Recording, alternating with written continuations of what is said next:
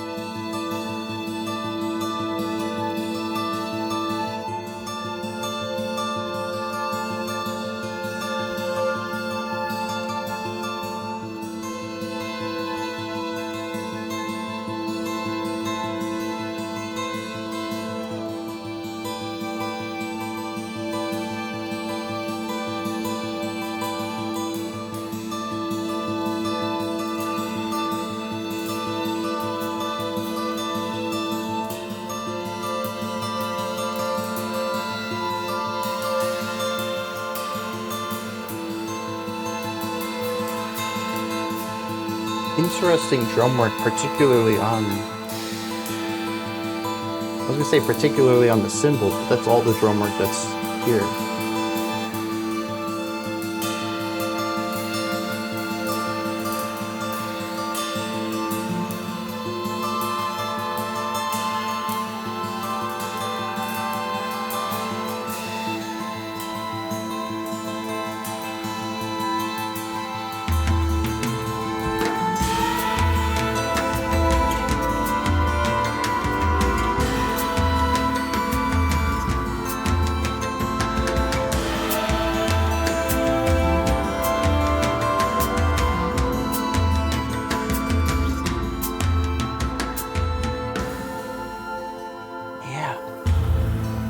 Nice little 3 there.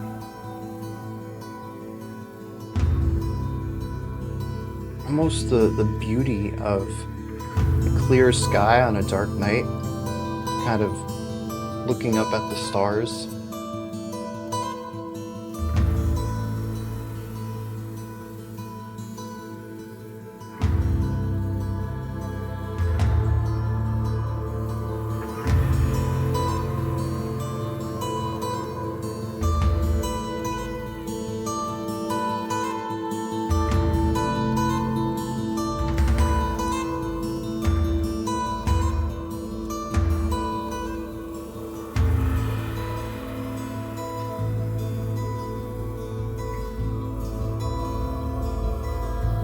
Almost comes across as a Hocket there, even though I think it's the same guitar.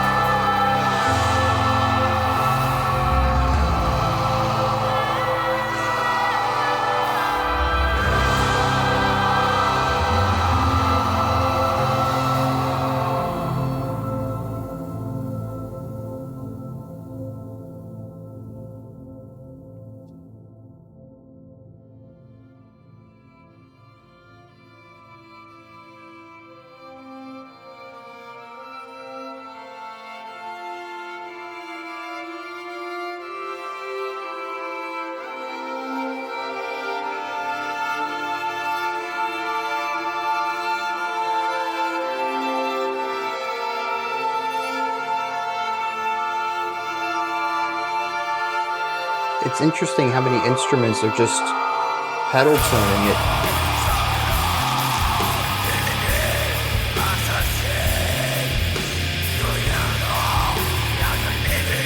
Immediately I picked up on the bass.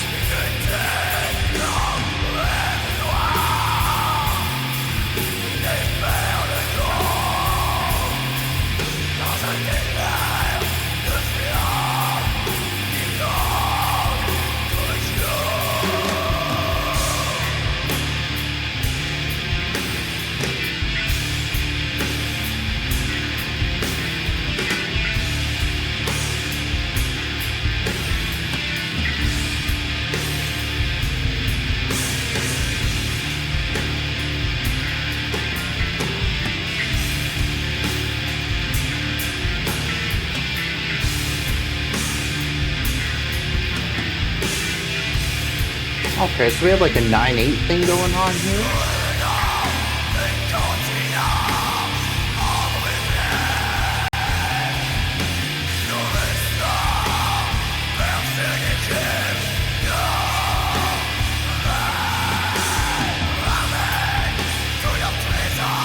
It's interesting how unbalanced the sides are. This is infinitely more interesting than what's happening over here.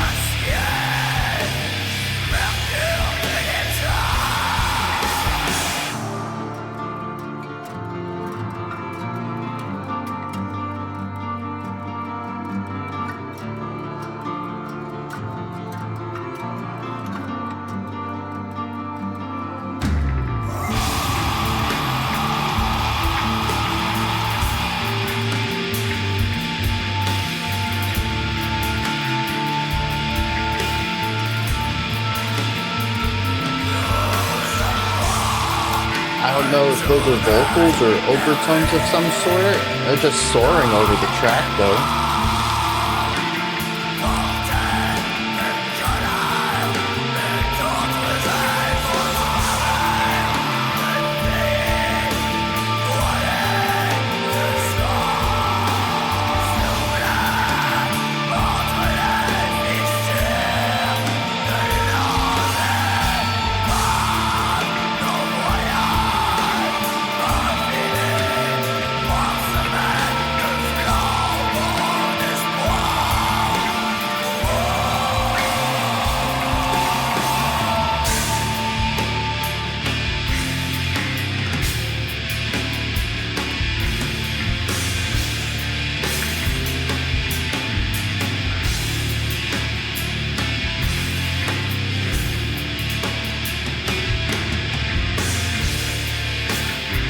Very interesting rhythmic phrasing here, particularly from the drums. The melodic writing is nice. The accent pattern is a little off kilter.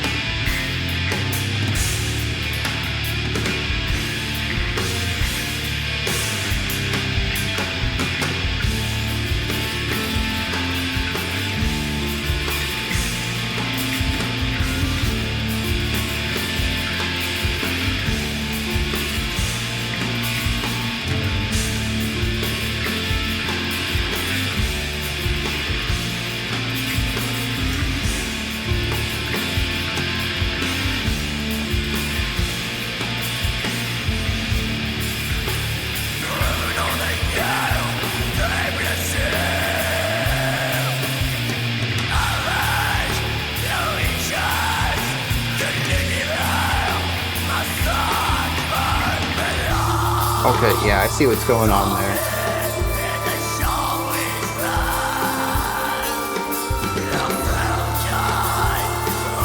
Violins are a nice touch.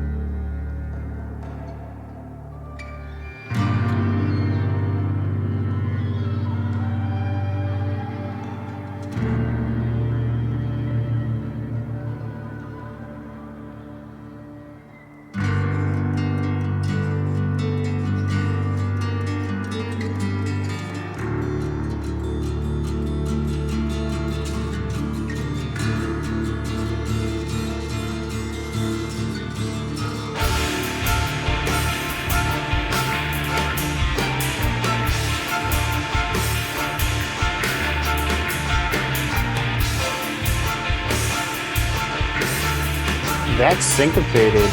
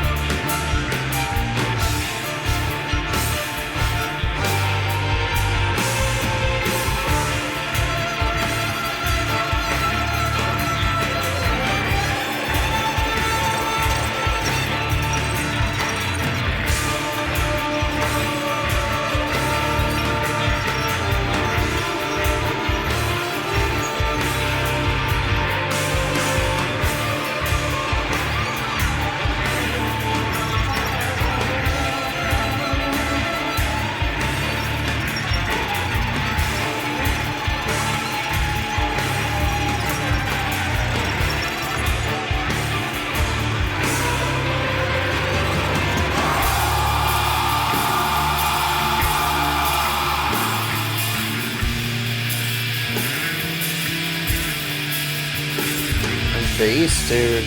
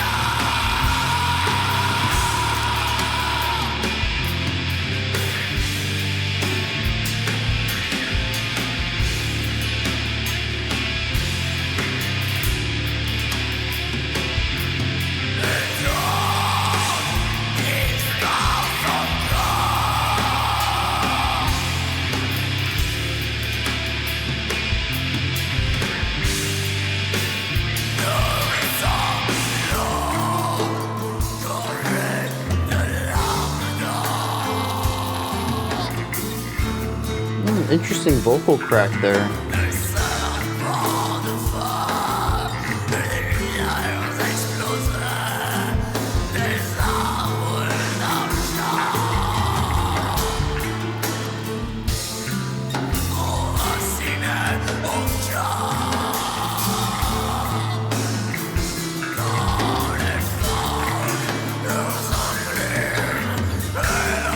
The layers between the guitar work, the bass work, the drums, so good.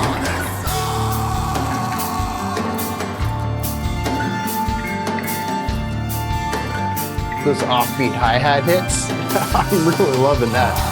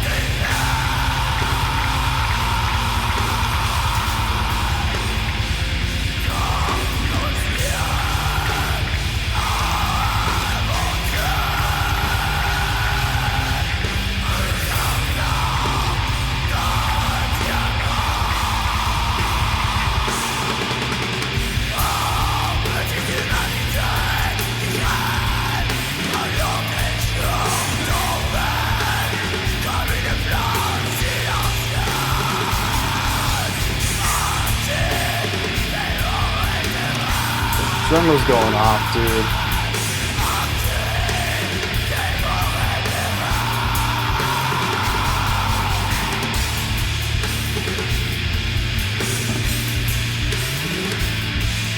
Oh, the bass too.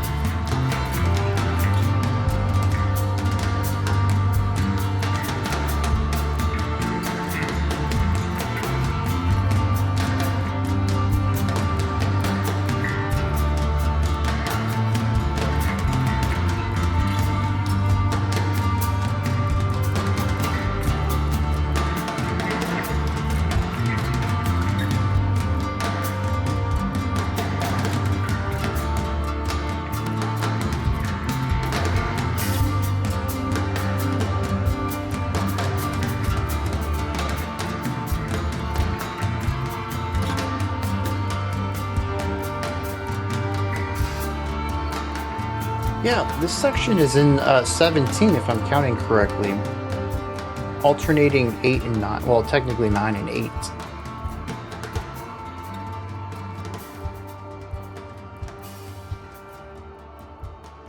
This is going to keep flowing, isn't it? I'm going to feel real bad about stopping here. I will rewind it back a little bit so that we can have that fluidity between tracks. This is really well done though. And I think I can finally say that the metal doesn't ruin the non-metallic sections for me. There are very few albums where I have this experience where I listen to the non-metal sections and I think, wow, this is gorgeous. And then the metal comes in and does something completely different. And I have found this even in bands that I enjoy. Like, this isn't just something I throw out there as a way to sort of, I don't know. I don't know where I'm going with that. But it is something I find even in bands that I like, music that I enjoy, that the non-metallic sections kind of have their own thing going on. And when we're done with that, we just go back to a more metallic sound. And I love how this doesn't do that. The distorted guitars, the screaming, growling, I don't know what kind of harsh vocals is going on in here. It's incorporated into the music, or maybe if you want to view that the other way, that the non-metal sections are incorporated into the metallicness of it. It all feels cohesive.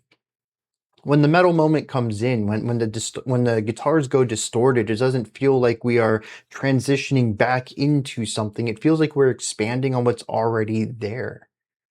When the screams come in, they feel like an extension of the emotions present in the music. It all feels like a natural escalation. And I think that's what's missing from many other songs that tend to pair more classical ideas with metal ones. We either get something that's a bit simplified, you know, some strings just playing the same chords the guitars are playing, but they're strings, so they add that flavor. Or we get bands that do really cool classical stuff, and then they do really cool metal stuff, and then they do cool classical stuff, and then they do cool metal stuff. And it kind of feels like we're jumping back and forth between these two writing styles. And as a self-professed non-metalhead, I tend to gravitate towards the classical writing in those projects more. That's not to say that I don't enjoy the metallic side of things, but comically, I have stated in the past that those songs are ruined by the metal. You were doing something I really enjoyed, and then you shifted to something that I'm neutral on. So maybe I do kind of enjoy parts of it, but not as much as what you were doing. My enjoyment has dropped. Regardless of how much it has dropped, it is diminished from where it was a moment prior. That's just not true here at all. Everything in here feels cohesive, it feels necessary, it feels like it is of one mind, one direction, one vision for what this art is. And I think that's what stands out the most to me. I was actually a little afraid about this early on in track 2. We had this beautiful intro track on this album. And then we go into track 2 and there's a scream and then there's some distorted guitars and some drumming. And I thought, oh, this beautiful writing is just for the intro. There are so many metal albums where they have really cool intros and then it's just, you know, back to the way things are, back to the status quo. Let's get to the metal. So I did have a little bit of a fright here at the beginning, thinking that that's what this was going to be. And what I enjoyed from the first track was not going to show up again. I was delightfully proven wrong here. I'm really happy about that. And it's just everything comes together so well. This is not ruined by the metal. It is improved by it, although distinctly not because it's metal. And I think this is one of the things that Gris really understands here. that the metal isn't a sound that people come to just because it's a cool sound. I mean, sure, there are, right? If you want to listen to death metal or something, you're going to go to death metal. There's very few other genres that can capture that feeling. Same thing goes for pop or R&B or electronic music. Like, we go to specific genres because they cover specific sounds that we're in the mood for at that moment. Sure, 100%. But what they're employing here is an understanding of what metal means outside of any sort of sonic favorability. What does metal do well? And how can we use that to convey the emotions that we're trying to tell here? A lot of this album so far, I mean, we're a fifth of the way done here. Track-wise, sure, 2 out of 10, but also 20 minutes out of 80. Oh no, that's a quarter of the way done. Gotta improve my quick math. Otherwise, I say stupid stuff like that. Anyways, we're a good chunk into this already. I think I can kind of make some generalizations about their sound at this point. This album so far is pensive. It's very deep in thought. There is beauty there, but it's balanced as well. There's negative contemplation. There's little bits of fear. There's elements of melancholy in here. There's wistfulness, but also distrust of the future I get in parts of this. But it doesn't fully lean into that nihilism. There's optimism in here as well. I think it shines through the beauty of all of this, or maybe, as the requester mentioned in a little bit of context they gave me, a coming to terms with it. If their previous album was incredibly bleak and depressive and just a terrible outlook on things, this is an acceptance of things as they are and possibly a willingness to change what they can. We'll get into the lyrics later. I have no idea what the thematic elements are of this album. But they did mention to me that there is a maturity both in the composition, which absolutely, but also in the emotion of it. And I can feel that. Just in these 20 minutes, there is a plethora of feelings, both negative and positive, creating something very complex and mature. Things aren't black and white. It's not good or bad. It's a combination of all of that. Our daily lives are filled with so many emotions: joy, positivity, optimism, freedom, restriction, melancholy, fear for the future, stress, anxiety, calm, release. I think this song, just this second track here, does a great job of capturing all of that. But it never stereotypes. And this is where all of this comes together. This was the point of this segue. Metal does a phenomenal job of escalation. Metal is a genre of extremity. Especially, I think, if you look at the extreme metals, which I guess is kind of in the name there, but it can kind of become too much at times. For example, there have been some DSBM songs we've checked out in the past that are just too overdramatic for me, too wallowing in their depression that it almost comes across as pastiche. You certainly have an ability to kind of cross a threshold in extremity to push into parody. It's a delicate line and something that I kind of have a tough time balancing in my understanding and reception of metal. There's seems to be a well-known reaction of mine to None So Vile by Cryptopsy a long while ago, where I just it was too extreme for me, that it was almost comical, And it took some of y'all explaining to me, kind of giving your perspective on things, that it's kind of like a campy film. Yeah, some of the things are way overdone, but that just kind of leans into the campiness of it. No different than folk metal really enjoying, power metal really enjoying its cheese at times. It's a part of the charm. I think metal at its heart has always played into extremes. And it does a great job of that. You want angry music? Where do you get angrier music than death metal? Like it is it is an 11 out of 10. And so I think it's really easy to say, well, we should bring in the black metal on this album opposed to the, acoustic, atmospheric stuff only when we're ready to be nihilistic or depressed or angry, looking at the extremes of things, but looking at the harshness extremity. But I don't think that's always what's at play here. There are sections in this track that are extreme catharsis to come out of something that's a bit heavier and moodier, and to have this massive guitar come in from the side and the growling come in and feel intense, but for the chords to be a release of the tension of the previous section, to focus on a sort of escalation of not necessarily calm, but tension relieving. There are sections in this track that are overwhelmingly beautiful from both sides, the acoustic and the distorted. To me, once again, just kind of wrap all this up, it's a vast understanding of what metal does best. Not a misunderstanding of metal, but just understanding that it amplifies feelings.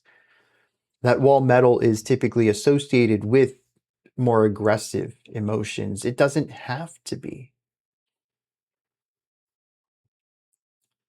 And they use that to great extent on this track, using the metal to escalate whatever feeling they're exploring at the moment rather than to typecast it for specific emotions.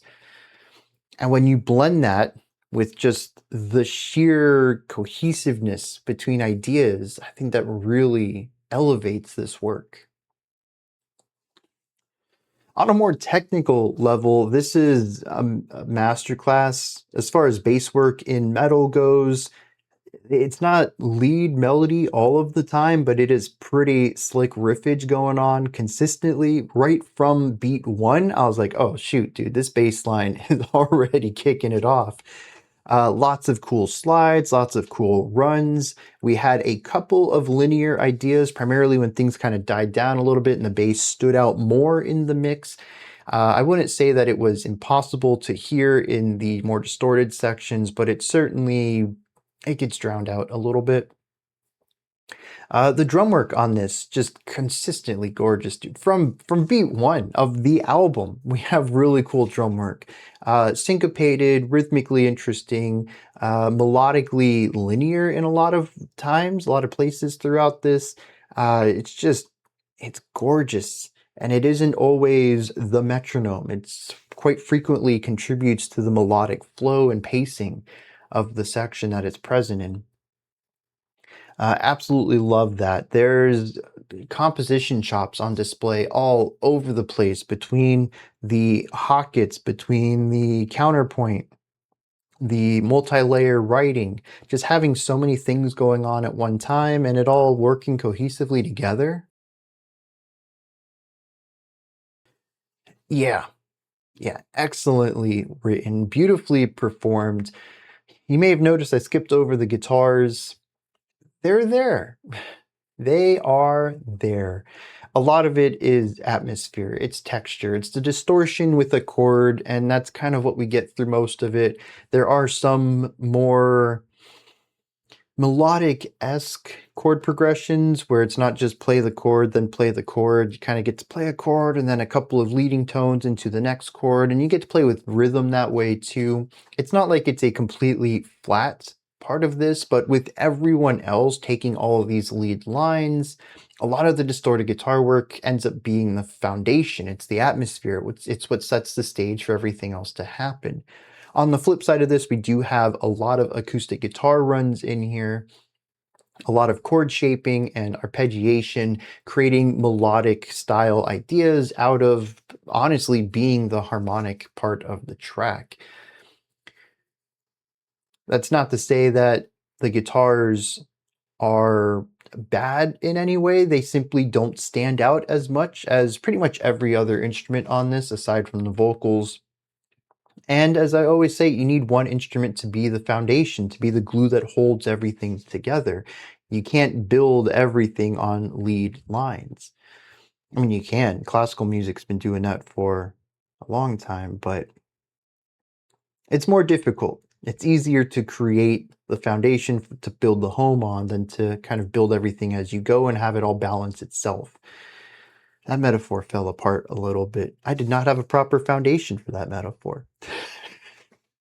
The vocals, again, I don't want to throw any shade to them, but it's just not my cup of tea.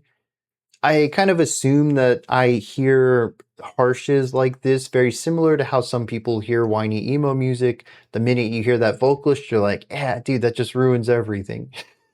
I can't stand it. No matter how much I'm exposed to this sound, I don't like it.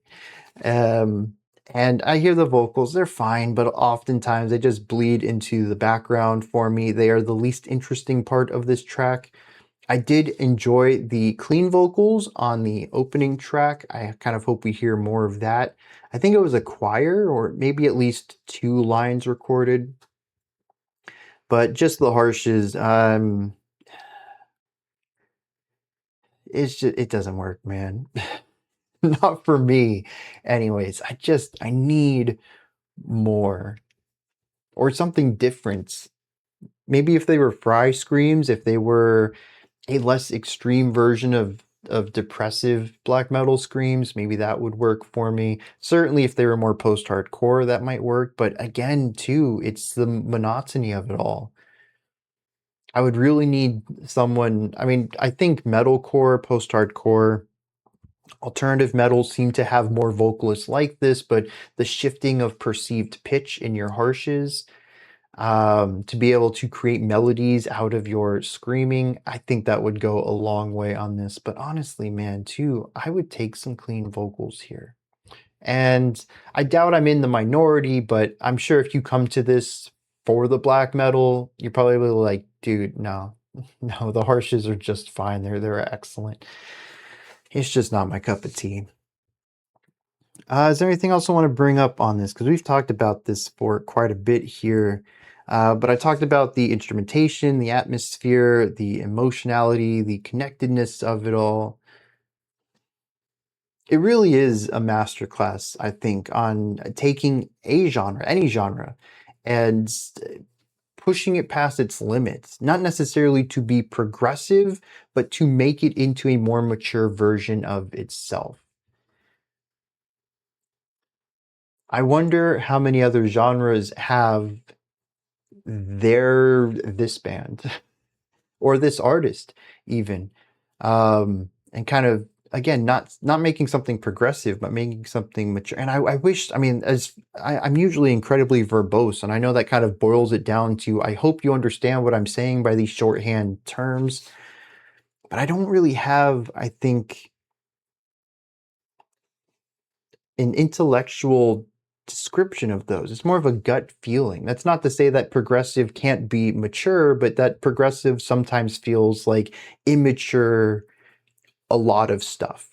Early Between the Buried and Me was incredibly progressive, but was it mature? I don't think so. I think it was very immature, pushing a genre past its boundaries. This to me is a across the board evolution of black metal in every way. Again, not to diminish anything else. I think there's always interesting things, stuff to glean, and even just stuff to enjoy from other ways of developing music, whether it does sit within iterative ideas or push the boundaries. this just really stands out to me as art.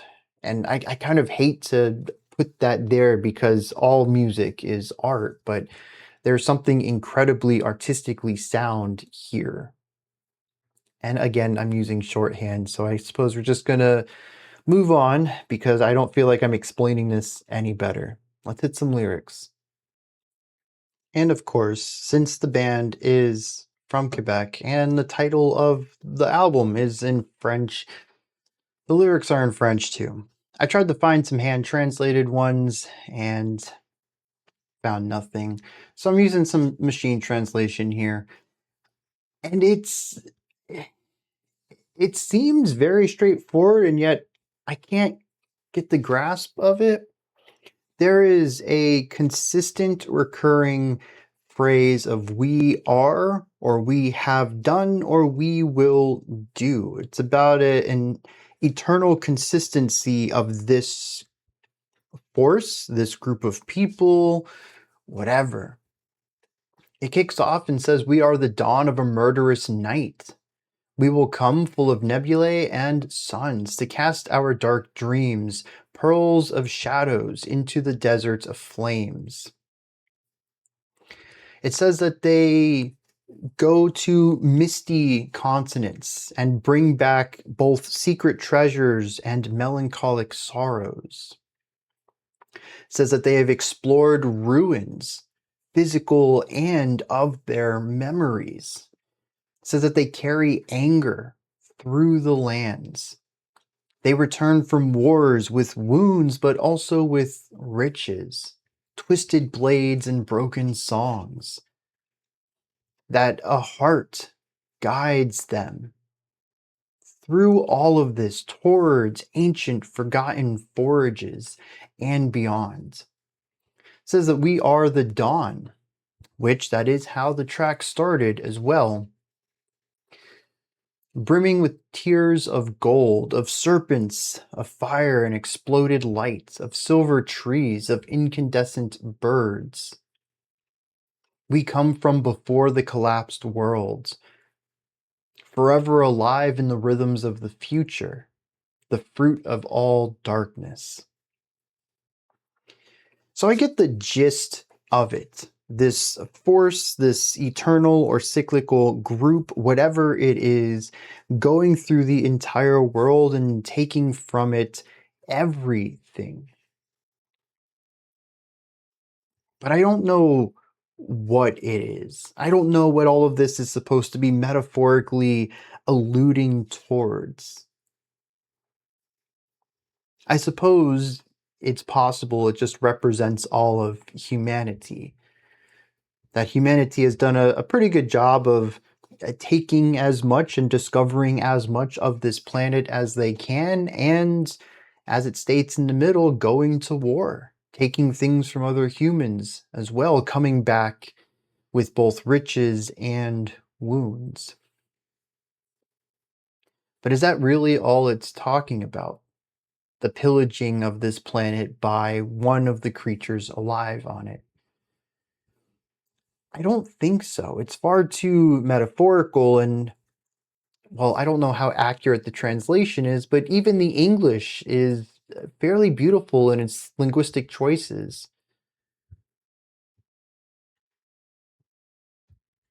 I feel like it's supposed to, or it needs to mean more than what I got out of it. It just, in my gut, there's more depth to this. If you have any insight into it, I'd love to hear. We're going to move on into the next two tracks. We hit our first interlude here with track 3, Samsara.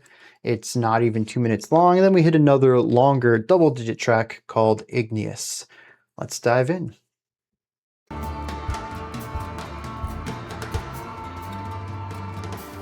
Oh, when you don't come in on beat 1 of this section, it is kind of rhythmically difficult to get into. That was a little obtuse.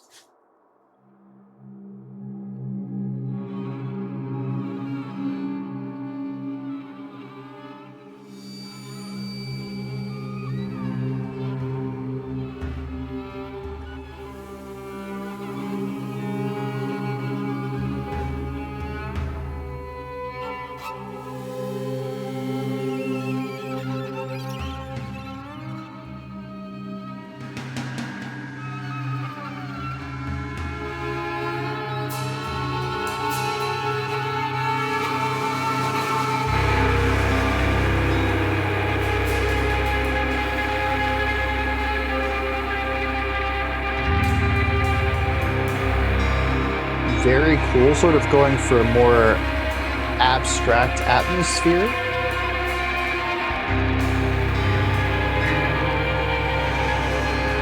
Pulling away from the traditional triad of melody, harmony, and rhythm.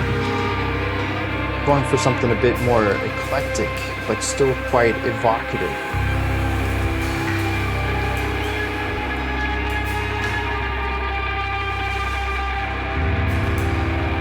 It almost feels a bit more soundtrack related, which is interesting given that the rest of this album hasn't really featured composition like that.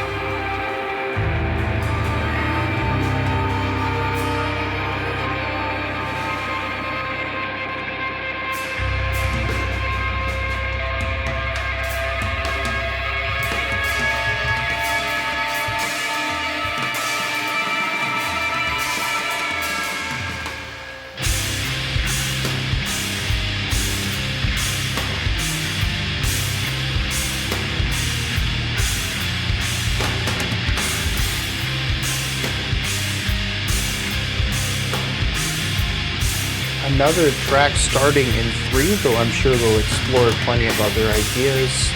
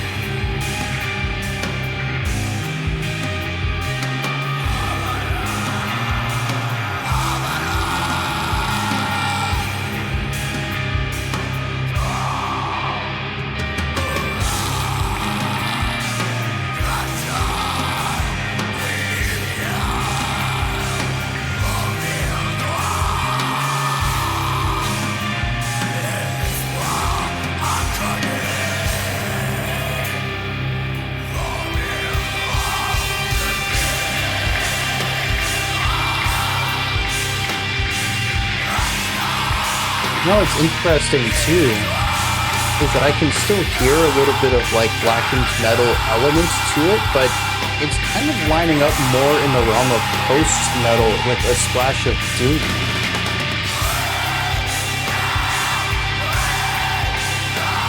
Layered arches.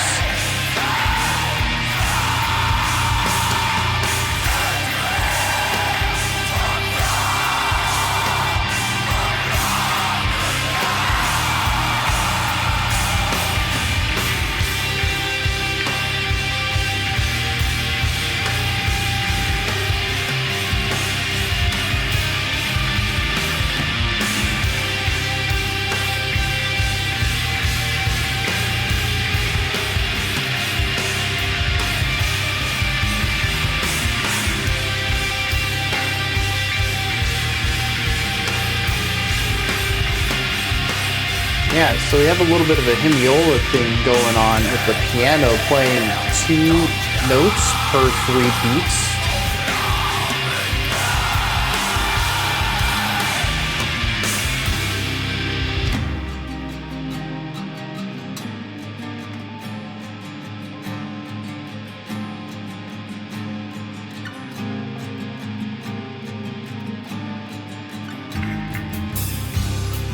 I have noticed that 3-beat ideas show up quite frequently on this album so far. I wonder what it is about 3 that they've been drawn to.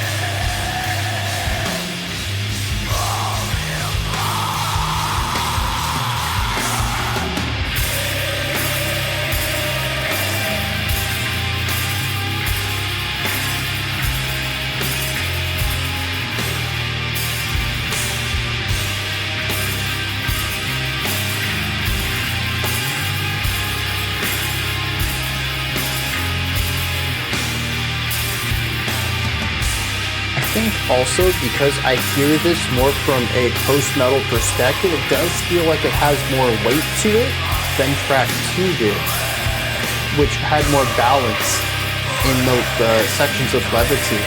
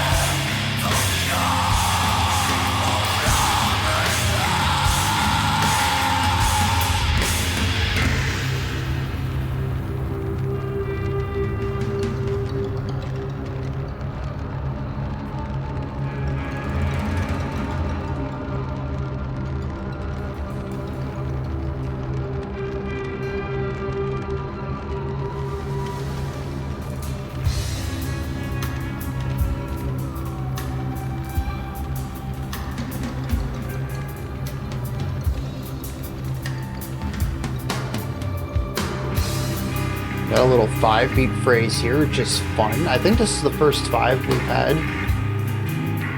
Little bits of tension here.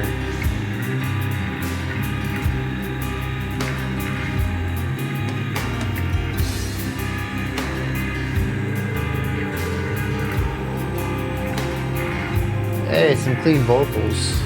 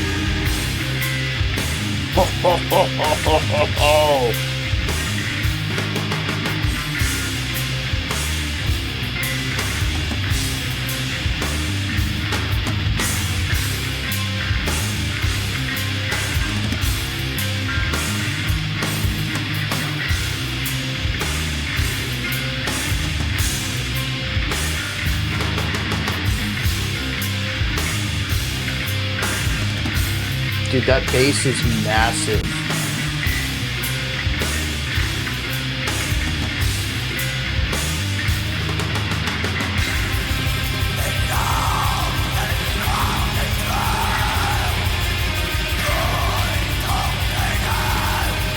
Is that blast beats? That certainly is.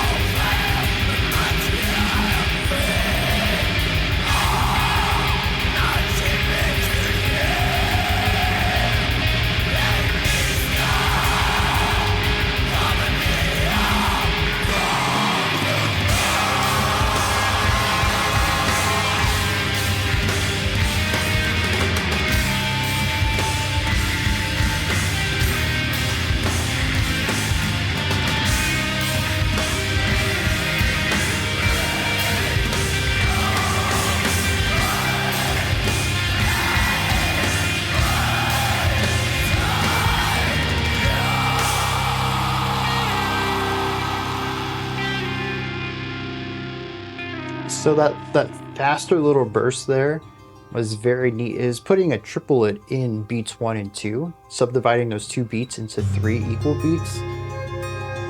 And then you still get the hit on beat 3, if I remember that correctly. But the whole thing's already in 3, so we're getting a polymetric 3 against a... It's very interesting. I think that's the thing right there. Usually polymeter introduces different groups of notes. This is just layers of 3 happening.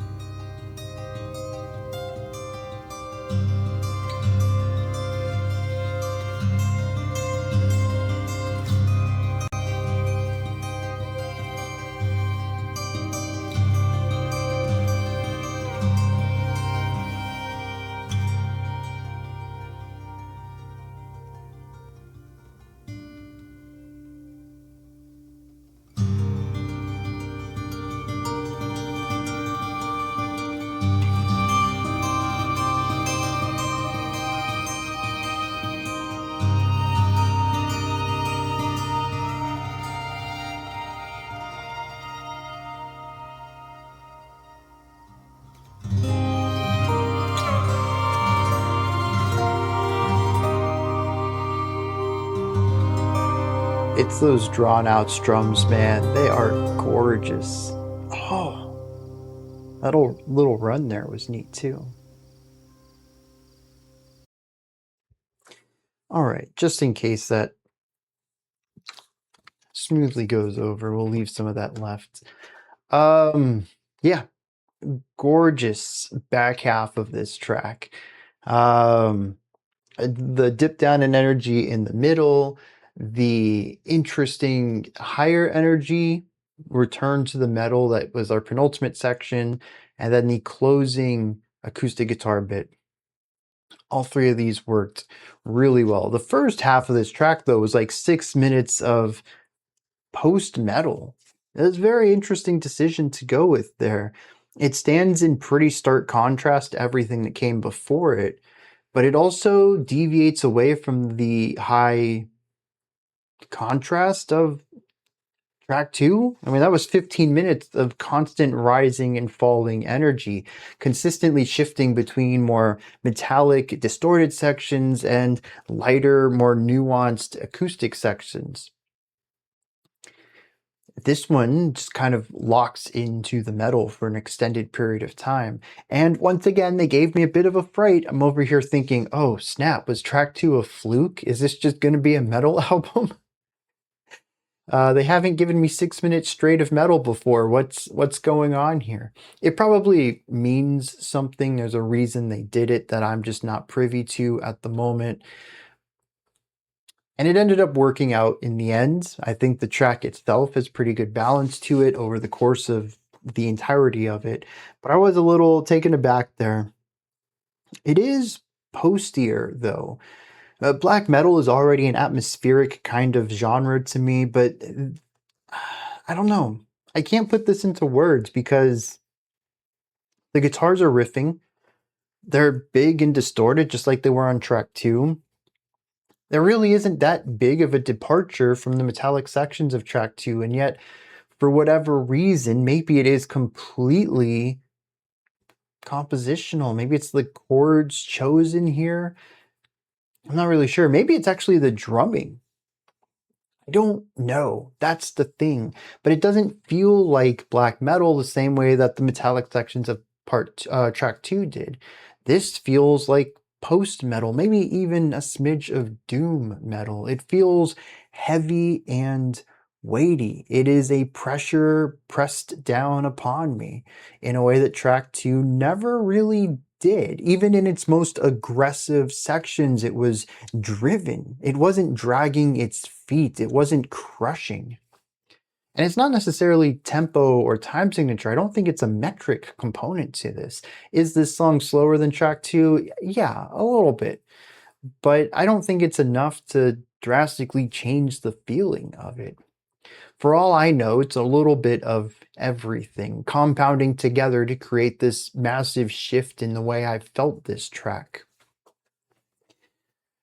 Regardless, it does have a little bit of a different vibe to it.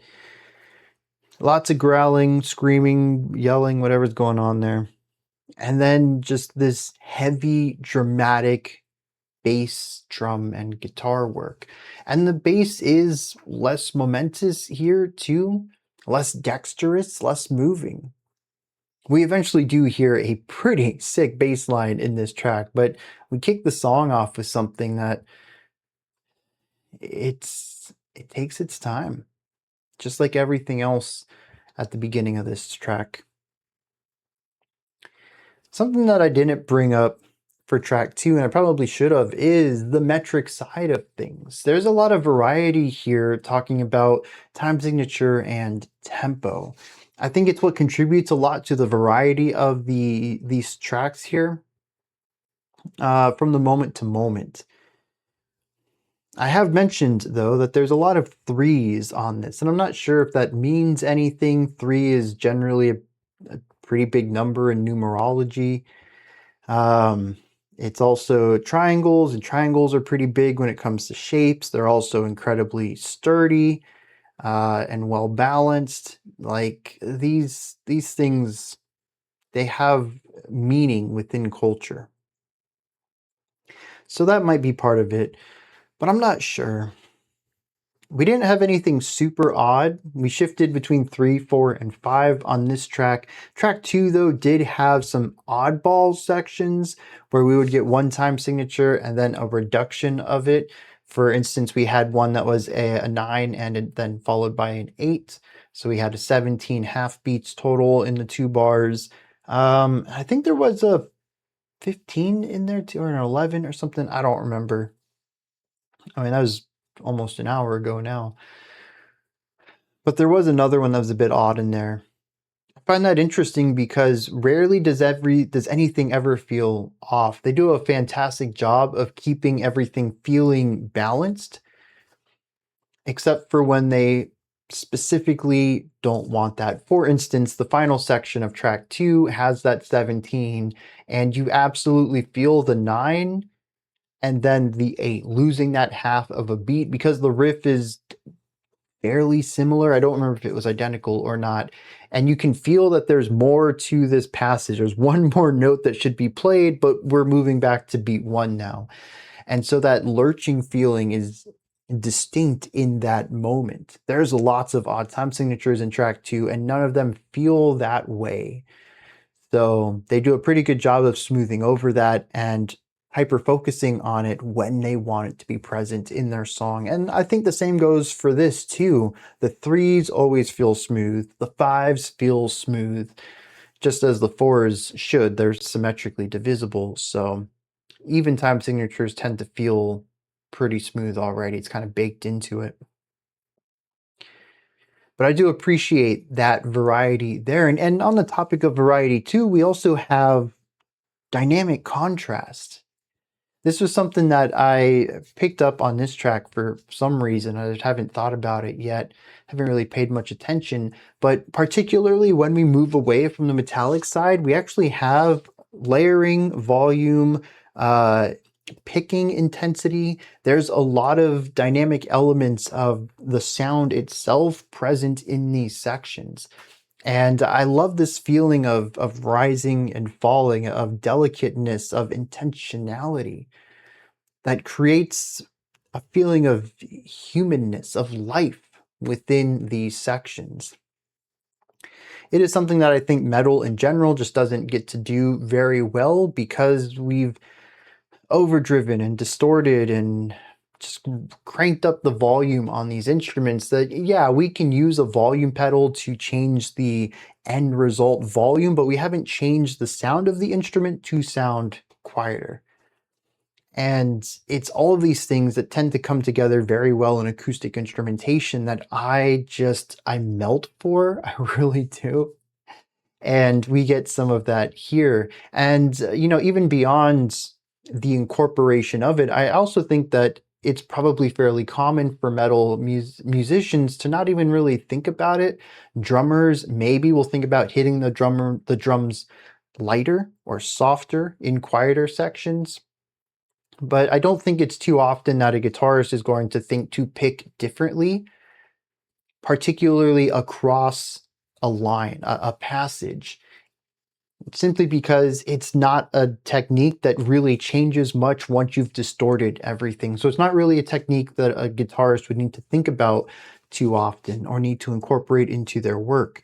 It's something that I think in the realm of rock and metal and pretty much anything else that's going to use distorted instruments, or I would even say electric/electronic instruments too, because at a certain point you're kind of altering the original sound wave into something else, and in that translation you're going to lose a little bit of control through that. But when it comes to acoustic performances, especially if the performer exclusively plays acoustic, it is something that's just a part of the instrument. You need to learn how to control the volume, the phrasing, the width of the sounds that you're playing. And I suppose it's kind of like the difference between playing a piano and a keyboard, specifically probably a keyboard that lacks velocity measurements to it. If you play the keyboard, you're not usually thinking about how light or hard you need to press the keys because all that's going to be done in the workstation. But if you play a piano, absolutely, you're going to get a different tone, a different attack, a different resonance, all through, controlling the dynamics of the instrument. And so I will say this. Maybe it is casting a bit of a stereotype on metal guitarists, but I'm really pleased to hear that during the acoustic guitar sections, there are this attention paid to the dynamics of the guitar itself. How to play it, how to form the melodies, when to rise, when to fall. And it's not all together either. Sometimes the width and the attack aren't coming at the same time that volume rises do. It might be a wider sound, but not a louder sound. And I really appreciate the delicate hand that goes into both the composition and the performance of these parts. It certainly elevates the acoustic sections for me quite a bit. And like I said, I'm kind of upset at myself that I didn't pick this up on track 2, but I heard it all over the last 6 minutes of track 4, and I'm glad I did. I'm glad I got to talk about this. It is one of the more gorgeous elements of this album so far.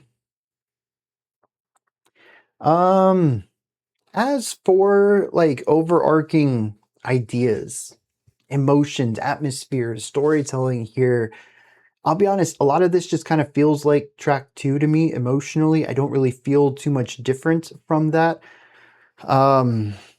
It has still a bit more of that mature emotional energy. It is not a single vibe throughout. It is a bit of a mixed bag, but it is still this combination of a melancholic oppressiveness. Although I will say that that is quite a bit heavier at the beginning of track 4, given its more doomy vibes.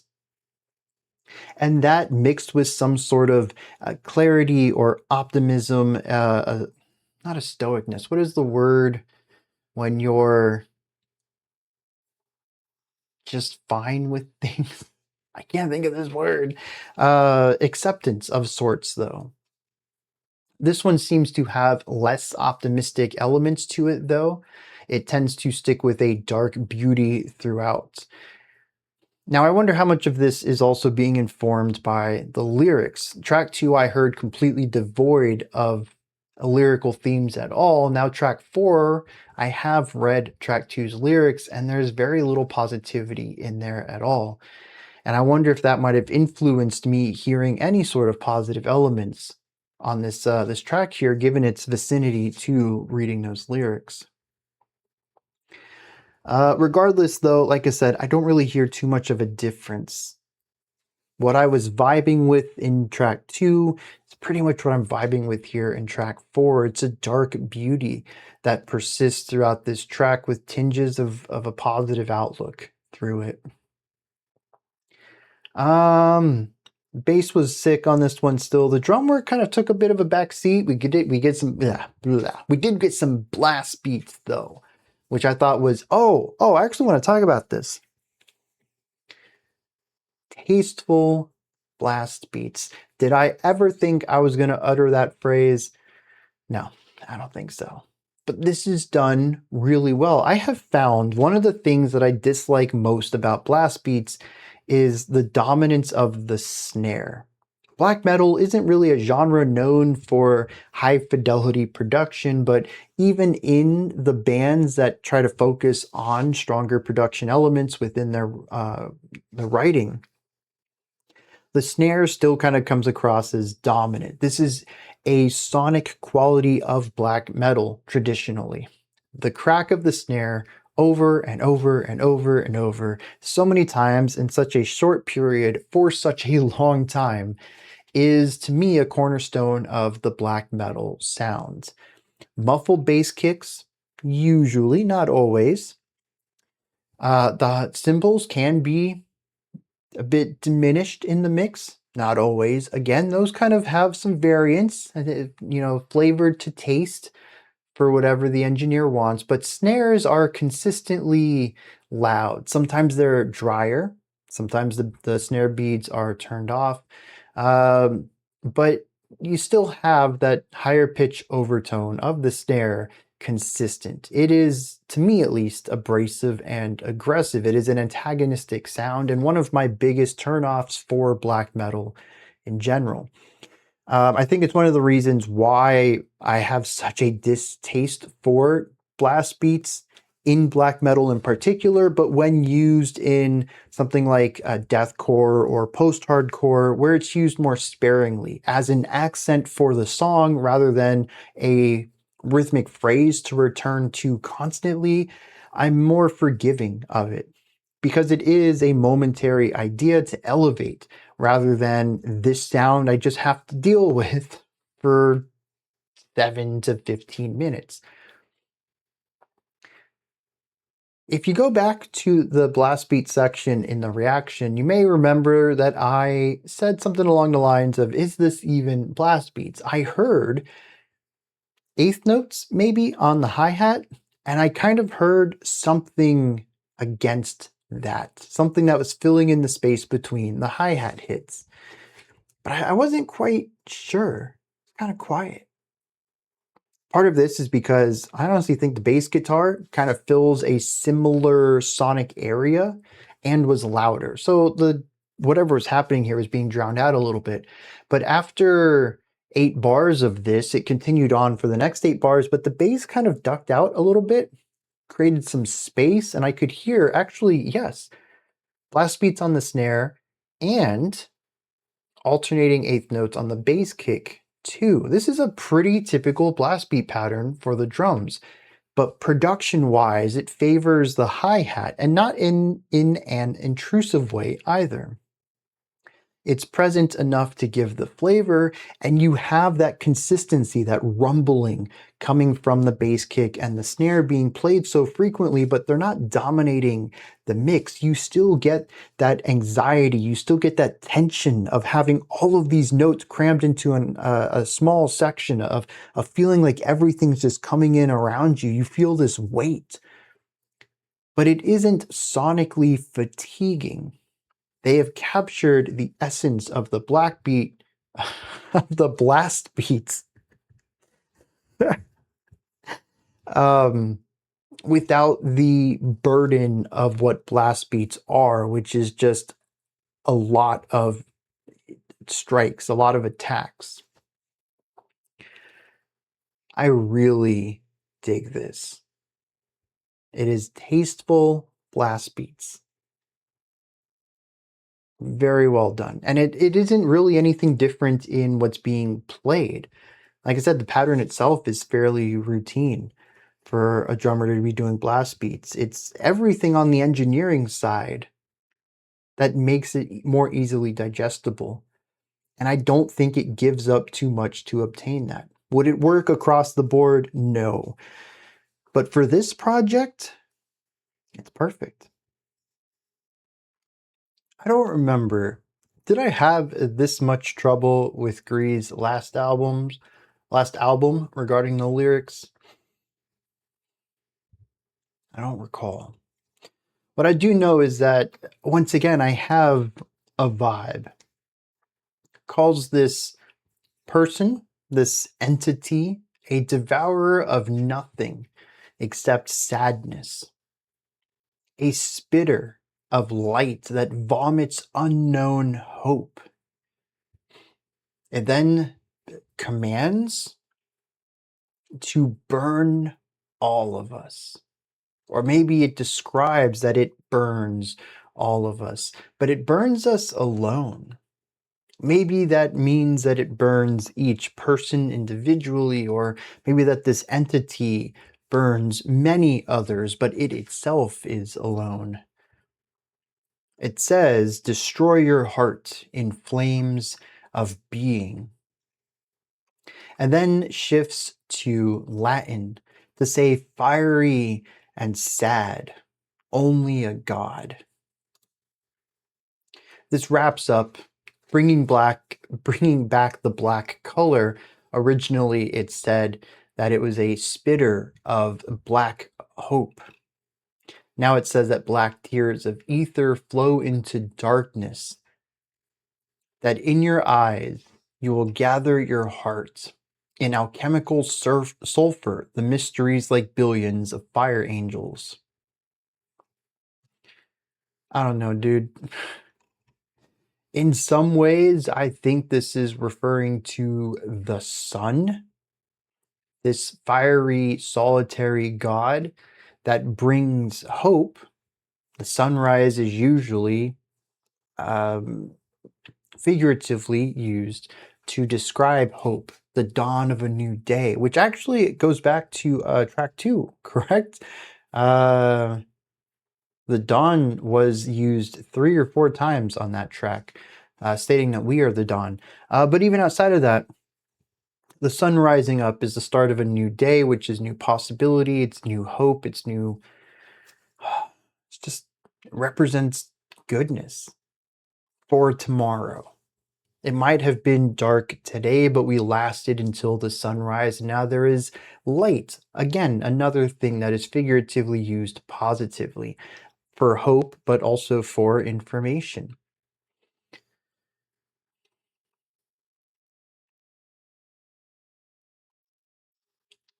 Alchemical sulfur. The mysteries like billions of fire angels. Yeah, I don't know. Something about that. That line in particular made me think of the sun. Billions of fire angels. I mean, there's billions of humans. I don't think I've ever heard humans referred to as fire angels. I don't know. Again, I throw the microphone into your corner. What do you take out of any of this? What are you getting? I'm a bit lost on these lyrics. Moving on, we have one of the shorter ones on this album, 7.5 minutes. Let's dive into the track Dill.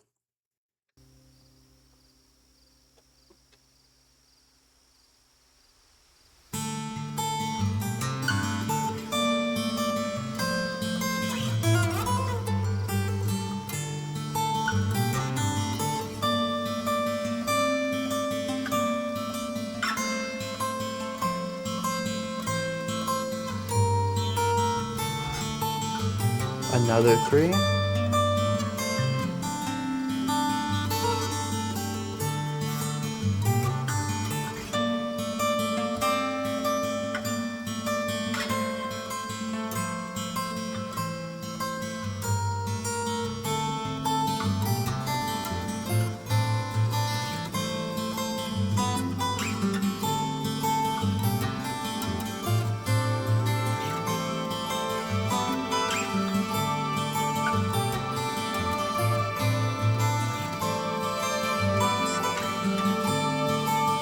The influences on this are interesting. I've already talked about the metal and the classical, but something like this feels like it owes a lot to European folk music as well.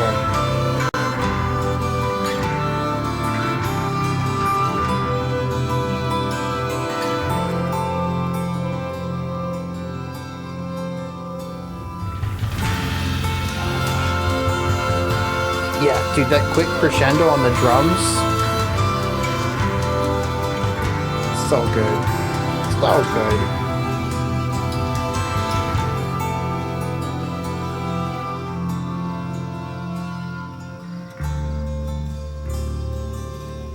It's almost serene.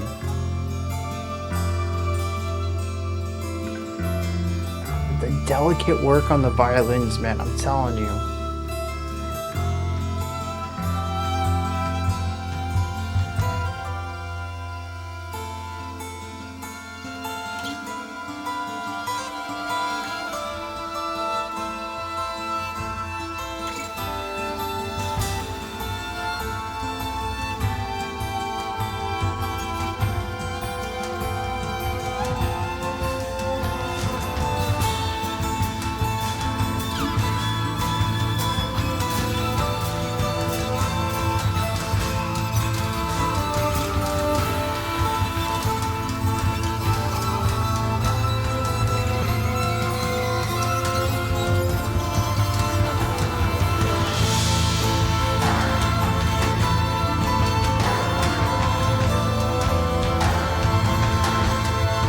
high reverb drums is an interesting take that works really well for the expansiveness explored in the harmonies and melodies.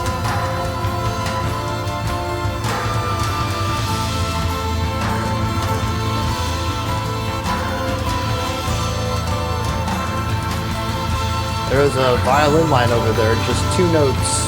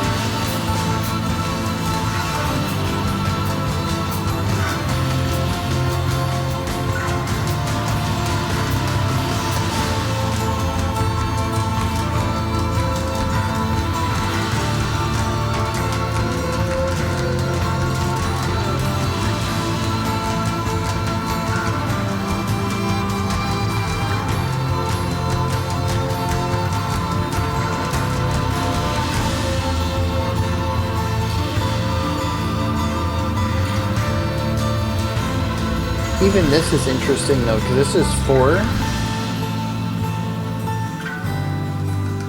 But a lot of it was da da da da da da da da da da da da. Still groupings of 3 on each beat.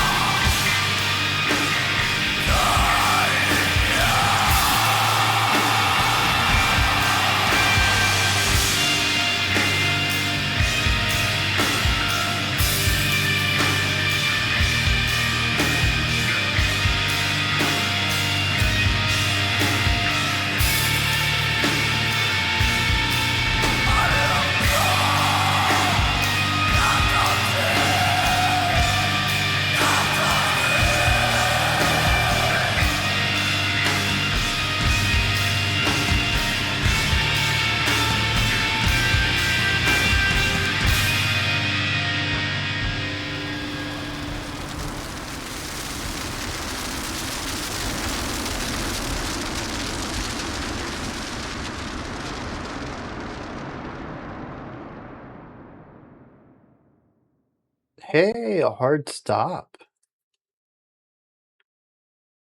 It is the halfway point of the album, though.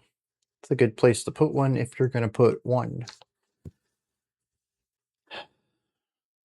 Well,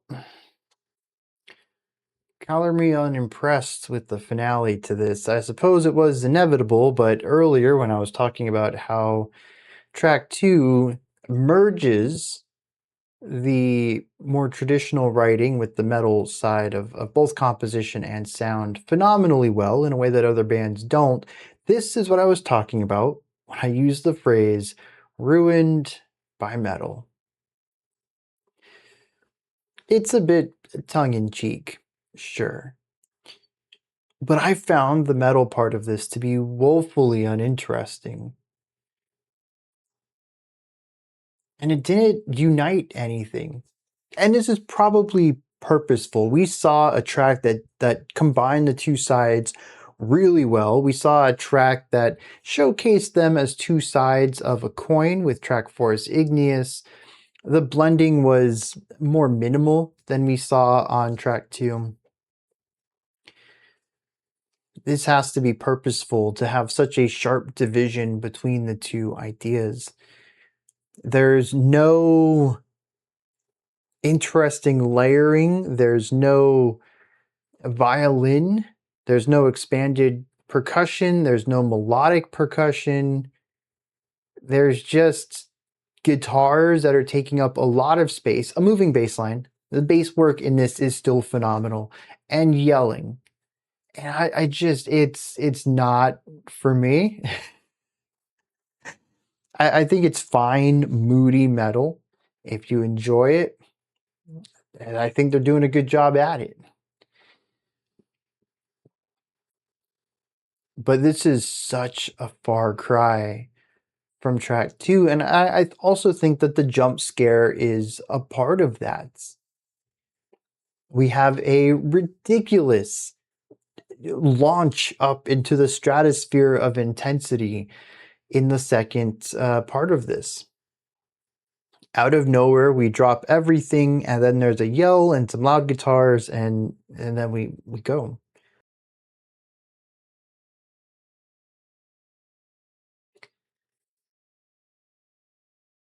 It has to be purposeful, but that doesn't mean I have to enjoy it.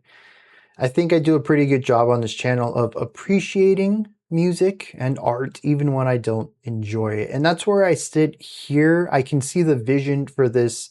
I'm sure when we hit the lyrics, it will make sense why there is such stark contrast here. But I just found this to be not fun to listen to. Especially when the first half was as phenomenal as it was. Though, like, how it's probably the best written part on this album so far, aside from track 1 as an intro. We have layering of harmonies, layering of melodies. We have interesting drum work. We have soaring atmosphere. It is nuanced. It is still gloomy. There is still a heavy weight about it, but dang, if this whole opening 4 minutes of this doesn't feel like the musical equivalent of soaring through the skies, through the clouds, just going where the wind takes you. It is free. It is generally relaxed. I kind of view this, and I say generally because, as I mentioned, there's still moodiness to it. It kind of sits on the bottom, it underpins everything. It's there, but you don't really notice it too much. It's sort of like if you're having a bad day and you go do something you enjoy. Maybe you go to a local attraction and you ride a roller coaster, or you go see a film, or I don't know, you go to a friend's house and just chill and chit chat and stuff. I don't know, play some board games. And it's like this moment of distraction where that weight is still technically on your shoulders. It is still a darkness within your life at the moment, but you're just not paying attention to it. And this moment to soar, to allow these cares to be discarded for a moment and just enjoy the freedom of flight. You know, when you land, you have problems to deal with, but right now they are out of sight and thus out of mind. And that's what I feel throughout this entire track, the dexterity of it, the complexity of it. But also at the heart of it, there's this simplicity. As layered as these lines can become, as nuanced as the emotions can be at times, the freedom is right there on the surface. The feeling of being able to do whatever, of limitless possibility, that part is easily digestible.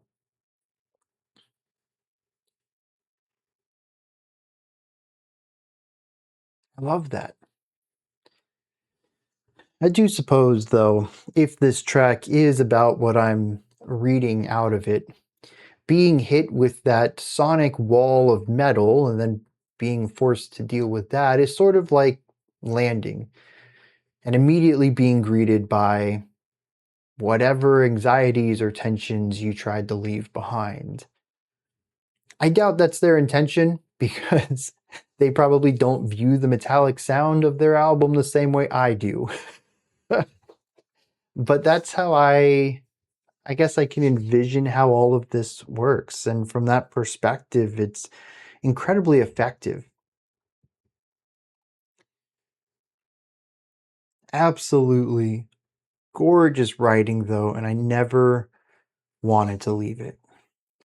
I suppose it makes sense. This is the shortest track so far that has had lyrics, and it hasn't even been a portion of the entire track. It was literally just the final 2.5 minutes or so.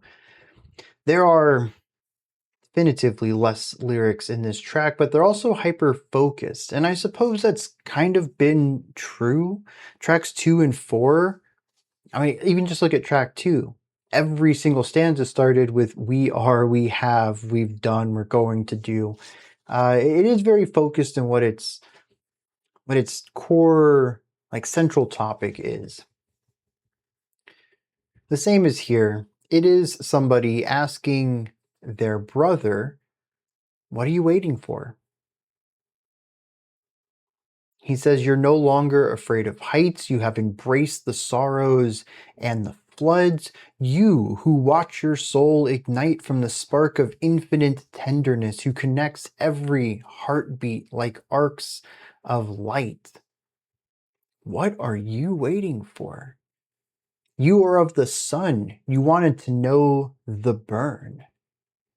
You believed you could extract from the earth the tears of angels who are weighed down by burdens. You are so powerful, dude. You have done so much. Your goals are so vast.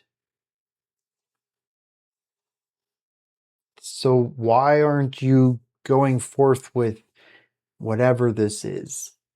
It doesn't really say what they want to do. I mean, unless it's some of these goals that they have. I guess that makes sense. That's it. That's the entire track. It starts with "What are you waiting for?" and ends with "What are you waiting for?" And frequently within the track states, "What are you waiting for?"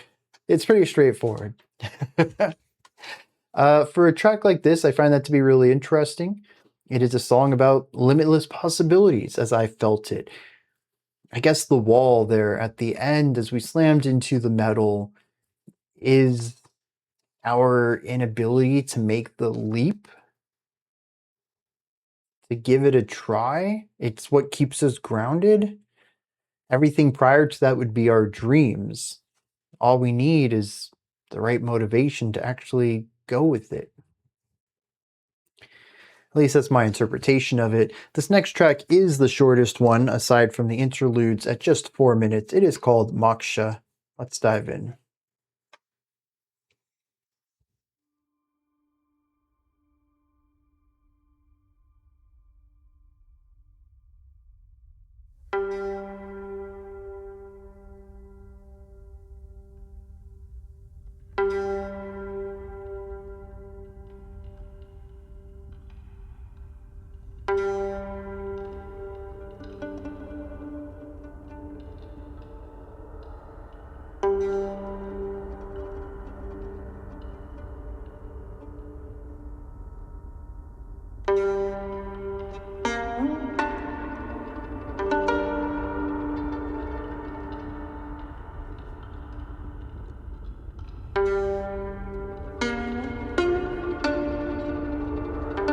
What is that? I think it's a Chinese string instrument. It's laid out on the performer's lap. They play on the right side, and then they can adjust the tension of the string on the left side, which gives us these bends and dips. That's what this reminds me of.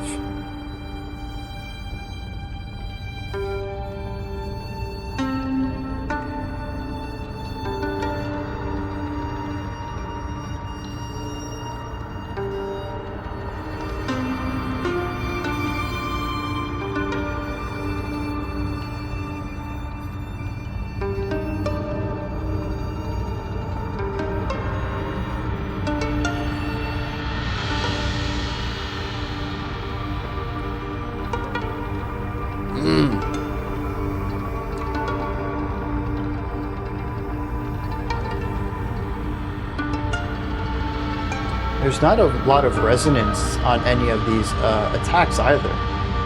You get the attack and then that's it. It doesn't ring out like a guitar does.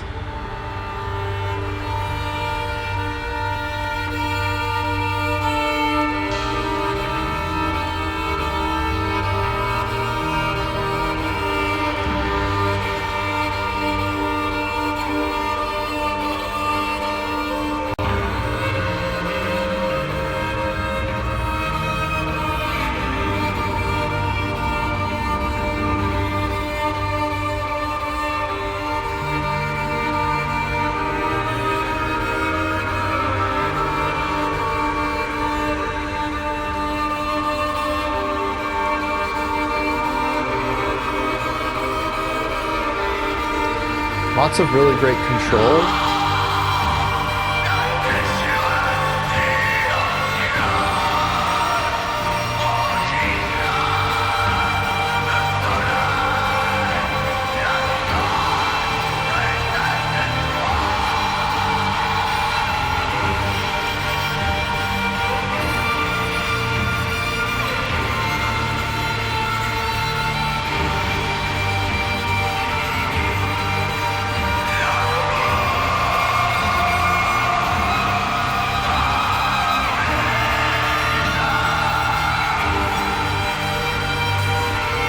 Incredibly intense.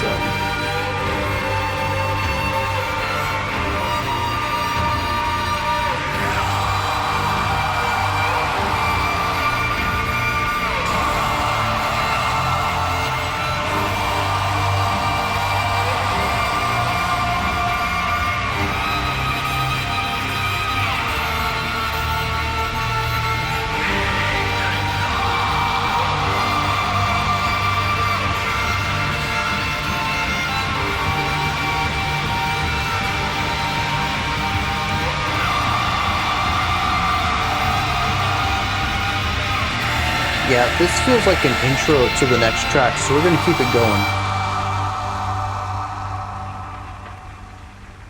Or not. I really thought that was just going to burst into the next track. I don't have a lot to add to this then, but seeing as the next track is 11.5 minutes, it's probably good just to take a break here. So I did look up this instrument real quick. I believe it is the guzheng. It is a Chinese zither.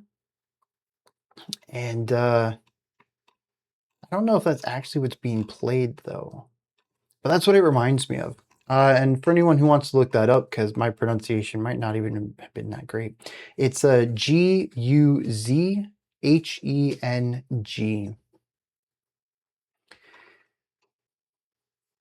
But it's certainly a unique sound for this album. We've had a lot of acoustic string instrumentation, but a lot of it has also rung out. I mean, when you strum a guitar, the notes continue to reverberate, the strings continue to vibrate. The vibrations get smaller over time, and thus the volume diminishes, but it resonates. This doesn't. You get the initial plucking sound, and then it's fairly muted after that. It's a very quick decay of the tone, as if there is a lot of pressure being put on the strings to smooth out the vibrations in a rather quick manner. There's also the pitch shifting on it, those really quick dips. Boo, boo.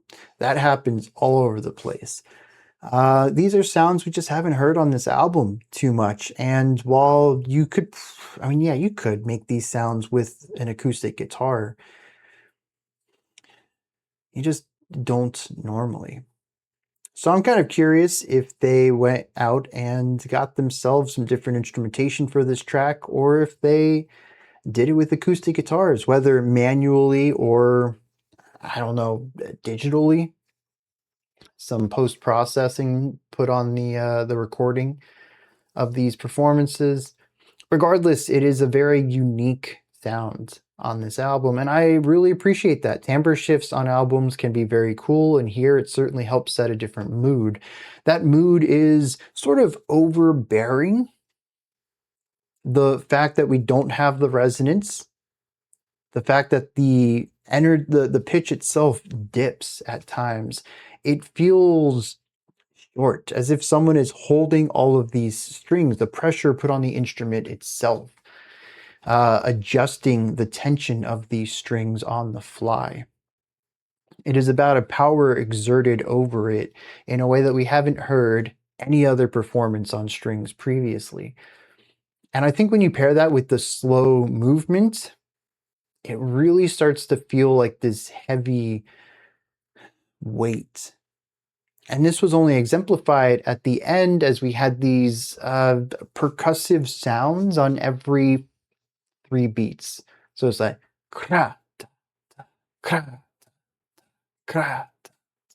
And it just feels like this a stomping of, I don't know, 20 feet or something like that on that downbeat every time. And it kind of creates this slow 3, 4, 1, 2. It's a very slow 4/4, but you have that da da da da da da da, and so there is this momentum to it, but it feels heavy and intense. And then we had the strings come in on the outside of it, and any of that heaviness and weight was only exacerbated by this intensity that just swells up and overwhelms the entire song. I had mentioned at the end that it was rather intense, and that's true. It was kind of there from the beginning, but not as prominent.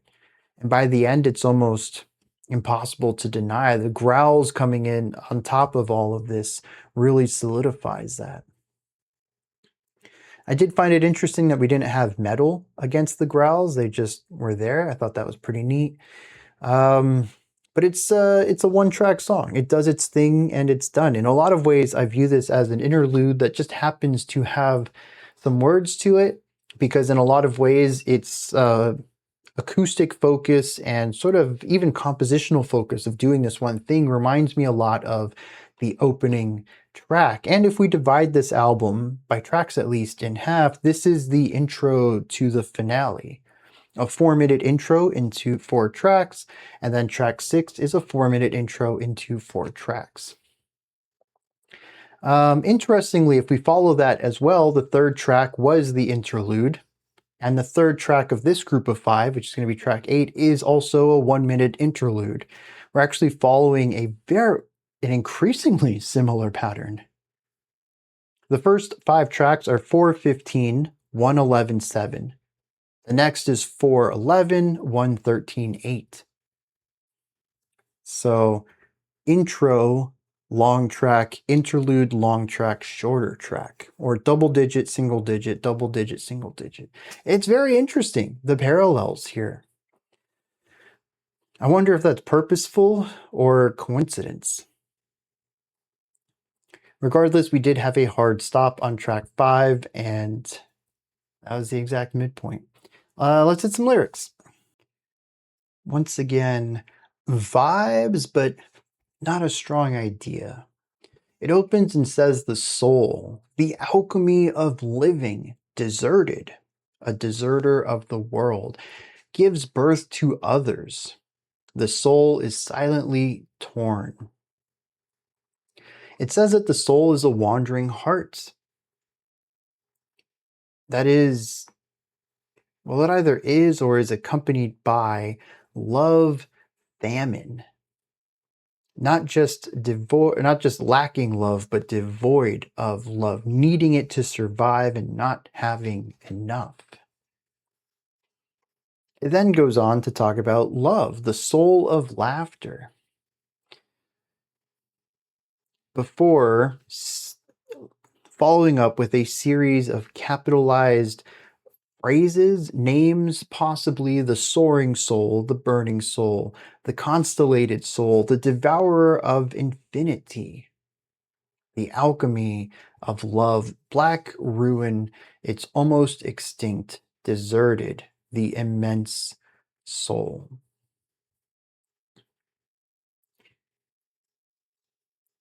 I don't know.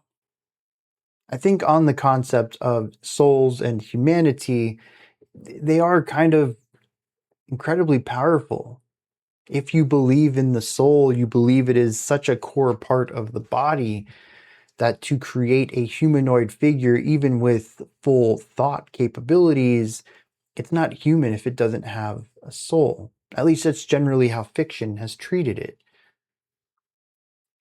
The soul is incredibly powerful, burning with all sorts of possibility. I mean, it is the core of a human, and humans are, if nothing else, possibility. But beyond these vague notions, I have no idea what this is going on about. And none of this lines up with anything that I thought of regarding the track. Unless maybe the weight of having a soul is a burden one must, I don't know, make peace with? I've never really thought of the soul as a burden. Usually it's, again, in fiction, a gift, something that helps define you. But what if you don't want defined that way? What if you'd like to make your own definition? I could see it being a bit of a burden. I don't know. It's an evocative set of lyrics, but I don't think I understand them. Track 7.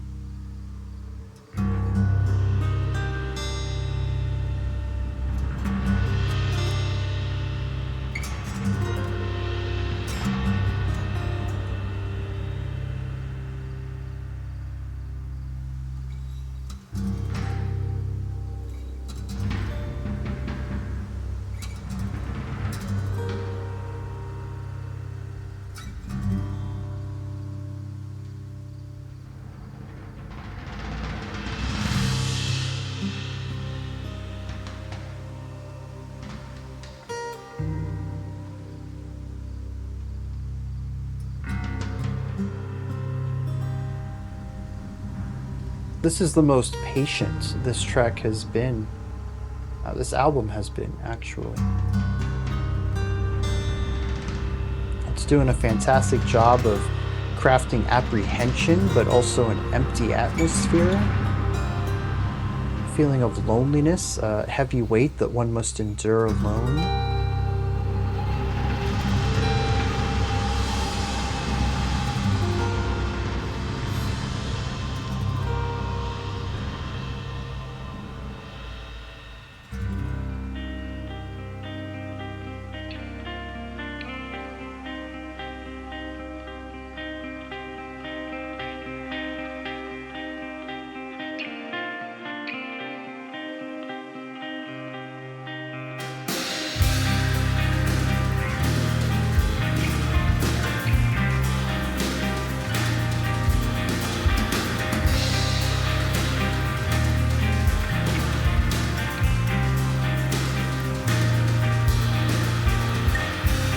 It's slightly pensive too. sort of like walking through a desert, coming to terms with a burden you yourself are the only one that can bear.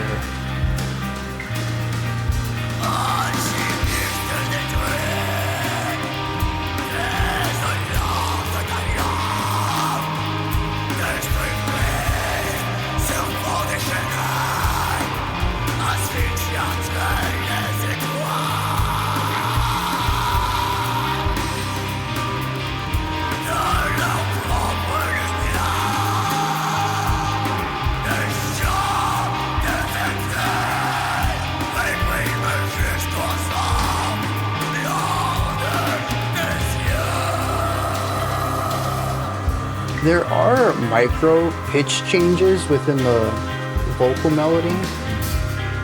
I really have to listen for them. They're certainly there. It's just not quite as diverse as I would like.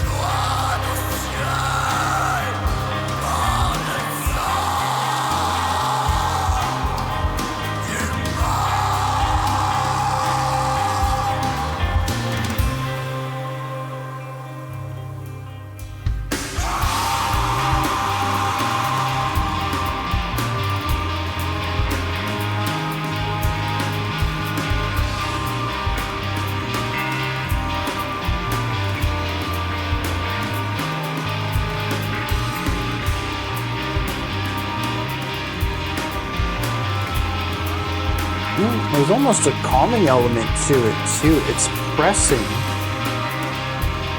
but comforting. Better to have this burden than not. Well,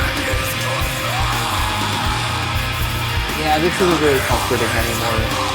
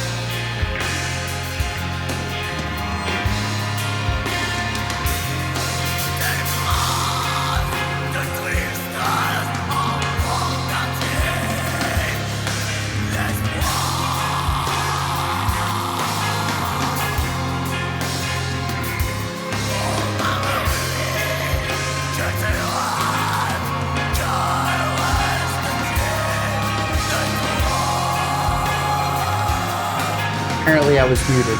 Some of the polyrhythms that the drummer uses are a little obtuse, but they're unique, and I'll give them that.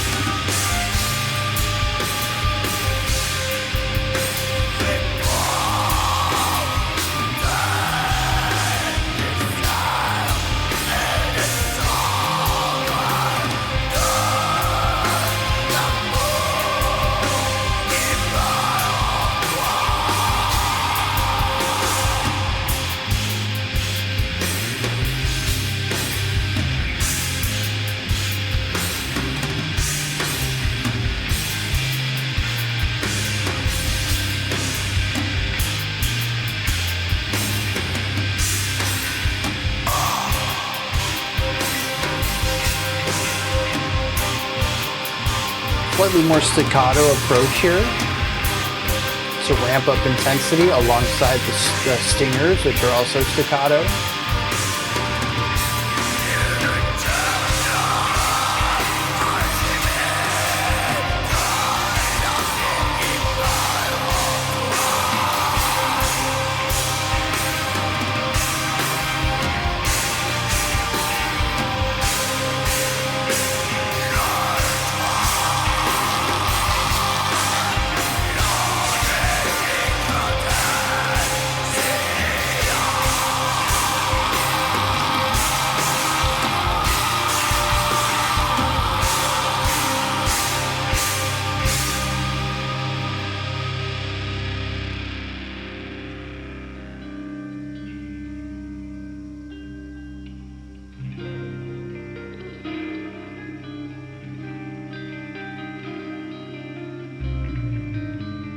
Yeah, wrapping it up with a little bit of clarity.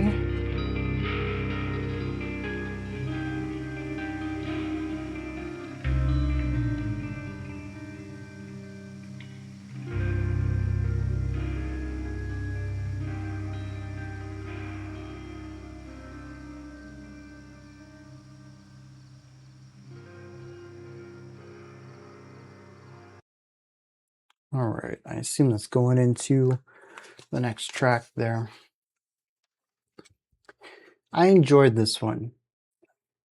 Absolutely gorgeous pairing together of the acoustic side and the metal side. Very much like track 2. And this is the track 2 of the back half of the album. So that checks out. Which kind of worries me. I figure then that I'm going to enjoy the transition track. And that'll set us up for track 9, which might be a little mixed on, and then we're going to end it on something that I'm probably not going to like if they continue following this pattern of the first half of the album. Absolutely gorgeous, though. I had mentioned that the narrative I got from this was very pensive, trying to come to terms with something. I kind of figured this as a sort of burden, and there's a loneliness to, particularly, I would say, the opening 4 minutes or so. We kind of get width later on in the track, but the opening is fairly lonely. And I kind of pictured someone walking through a desert, just thinking, not going anywhere in particular, just having their legs move so their brain can think. I don't know if any of you have to do this, but I find that I do my best thinking just walking in circles and pacing. It drives the people around me crazy, but I wonder what would happen if I paced while doing this. Maybe it's why I shuffle around so much. It just feels natural to move and think. And that's what we get here. Just this traversal and being in the mind and trying to figure out what to do with this. Knowing, or maybe at the very least thinking, that no one else can help. This is a solo endeavor. And I thought that the song did a fantastic job of this and just growing and escalating up until, I don't know, the 8-minute point or something like that, where we were at the peak. The distorted guitars came in, screaming, full of violin layers. Even rhythmically, compositionally, we had begun to peak here. As I mentioned, we had rising escalation of intensity through rhythmic devices too, focusing on these short, abrupt stingers and the more staccato approach to things, kind of having all of this, instead of just kind of hovering around, become these very physical, solid ideas.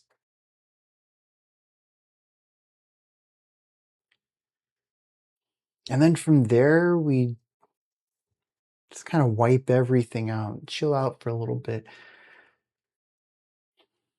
I felt a clarity at the end of this. Not joy, mind you, but an understanding is what I got out of the final moments of this track. And I thought that the journey from start to finish on this was incredible.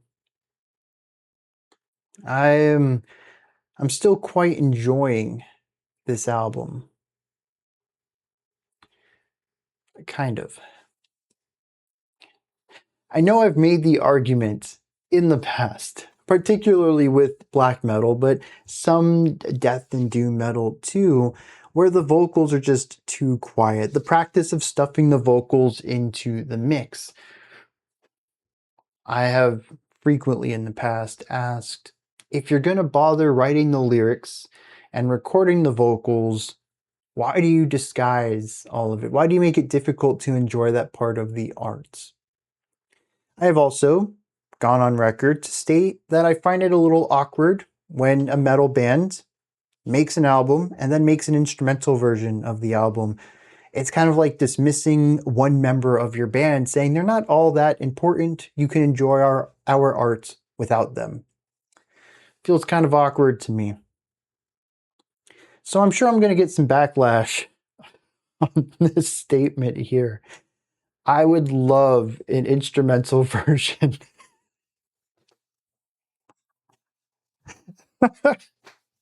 I would love an instrumental version of particularly this track, but I think also, I think it was track 6, Moksha.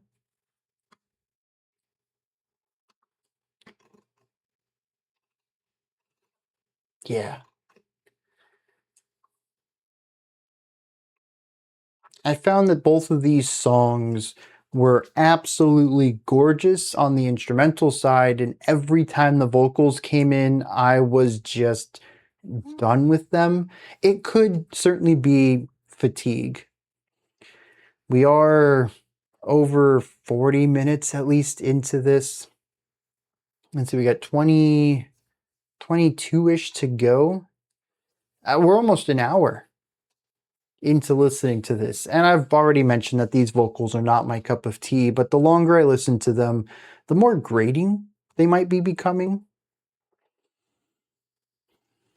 It might also be that the vocals on track 6 and 7 here show up on top of the beautiful writing too, not just exclusive to the distorted guitars and big drum work. And maybe it's that sonic clash that is starting to wear me down. I'm not sure. I still think that the vocals are good. The technique is solid. There is some pitch variation to them, but they're just not my cup of tea at all. Going back to the whole emo thing, because I'm an emo guy. I like my whiny men singing on top of guitars. I don't know. I've heard the comment before, this sounds great, but they need to lose the singer, or I'd love an instrumental version of this. I get it, right? I've always said that I can appreciate it. Here, I think, is one of the few cases where I don't just understand the sentiment, I actually agree with it. And again, no shade to the vocalist. I think he's doing a killer job here.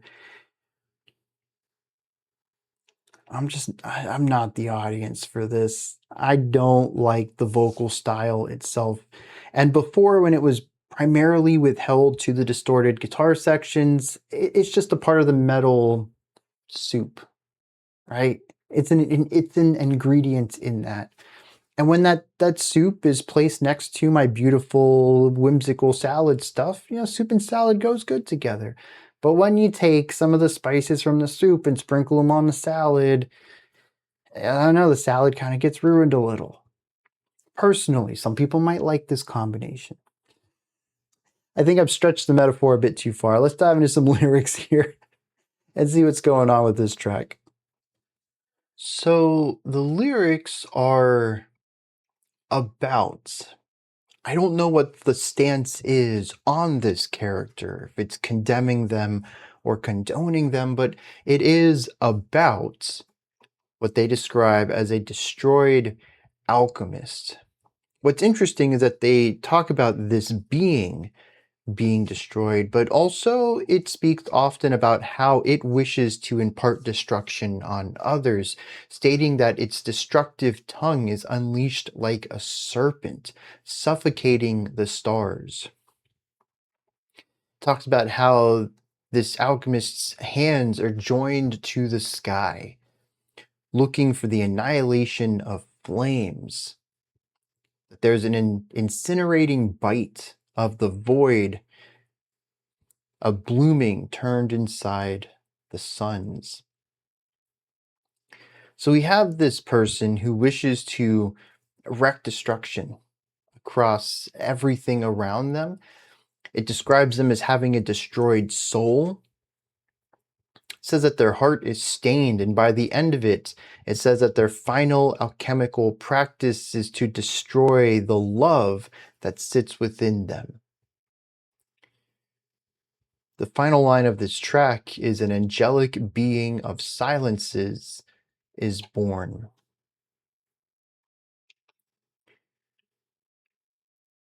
I find this really interesting because it is sort of looking at a quasi-nihilistic but ultimately destructive person and viewing them, at least in my mind, as something that is neutral, negative. It doesn't outright ever say anything that I think completely condemns this character, but it certainly doesn't paint them in a good light simply by use of the vocabulary.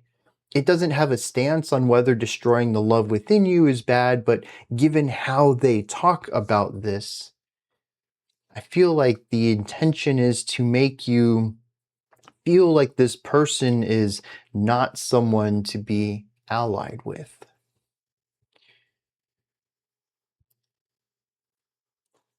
And this seems to be, at the very least, putting a distance between the narrator and this destroyed alchemist, this nihilistic being who hopes for the destruction of things. And if I remember going back to their previous album, it was fairly nihilistic and depressive, and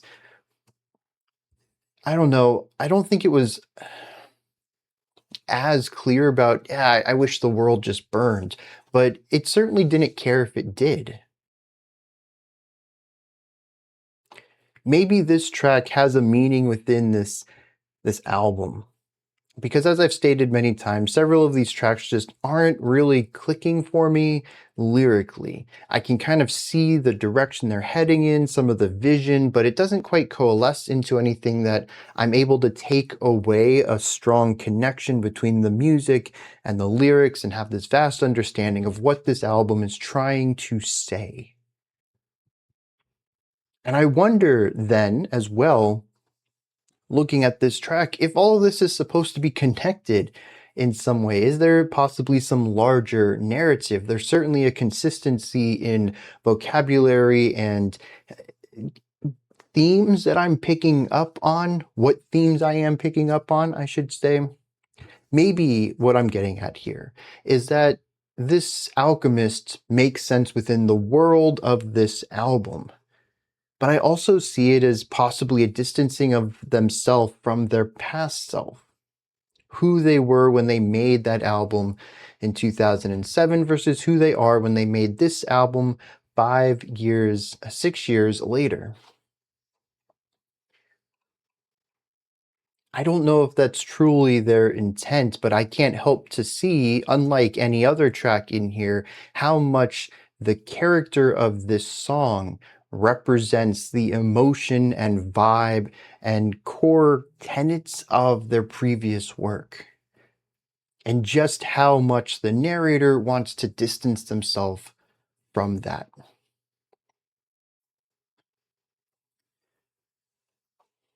We have two more groups of tracks. This one's going to be an intermission and the longest. Oh no, track 2 is the longest. This one's still almost 14 minutes long, so pretty lengthy. And then we're going to wrap it up with the final 9-minute track. Let's kick these two off, see what's going on here.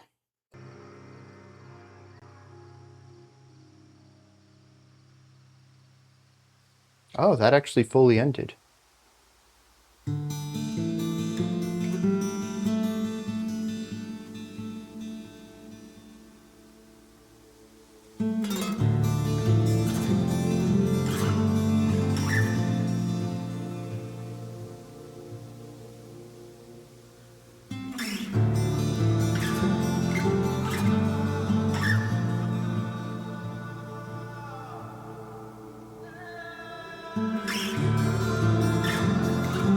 The timing is a little off given that there's so much empty space with no pulse. I can't tell if this is a 15 or 16 beat phrase. Or maybe it's just free time. The guitars come in whenever their guitar comes in whenever it's ready.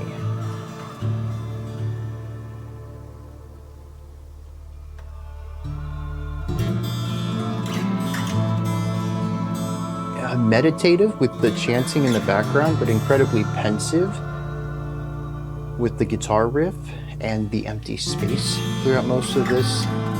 There is a relaxation, but an emptying of the mind. Not just relaxing the body, but relaxing this muscle up here as well.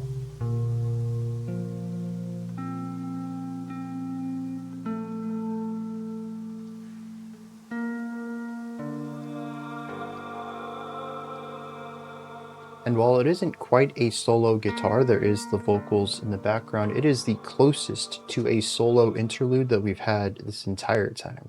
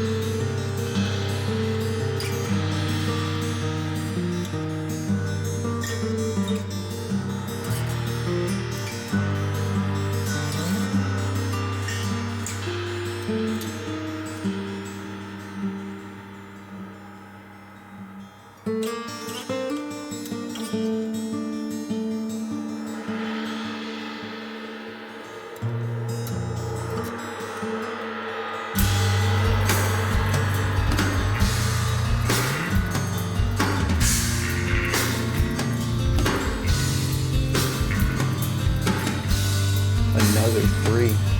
Yeah, this album loves 3.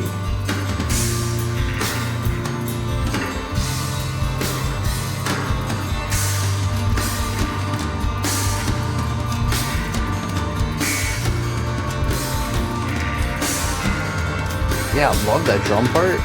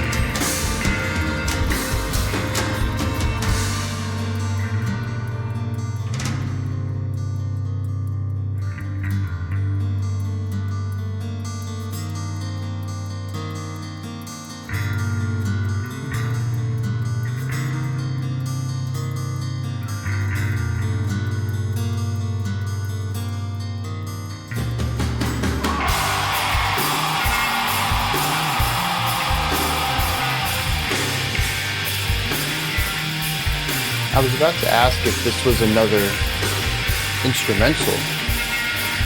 I really wouldn't put it past them to do a 14-minute instrumental. Although I suppose that was just a yell. There's... Oh, there we go.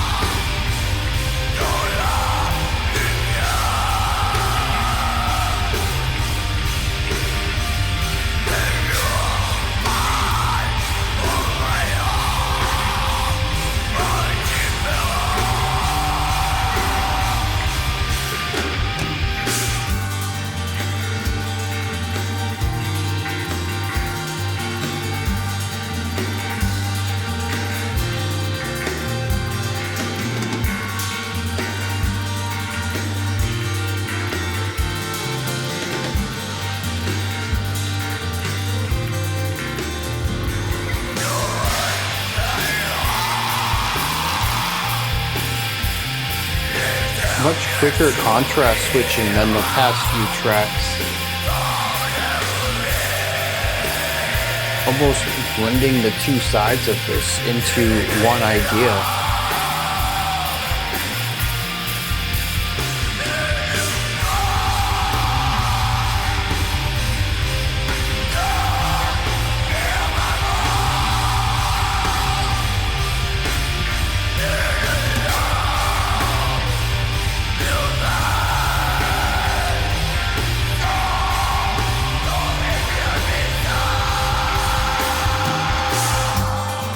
Really interesting. The bass melody in that last section almost felt melancholic against all of that. Oh, the drumming against the acoustic arpeggiation is so tasty.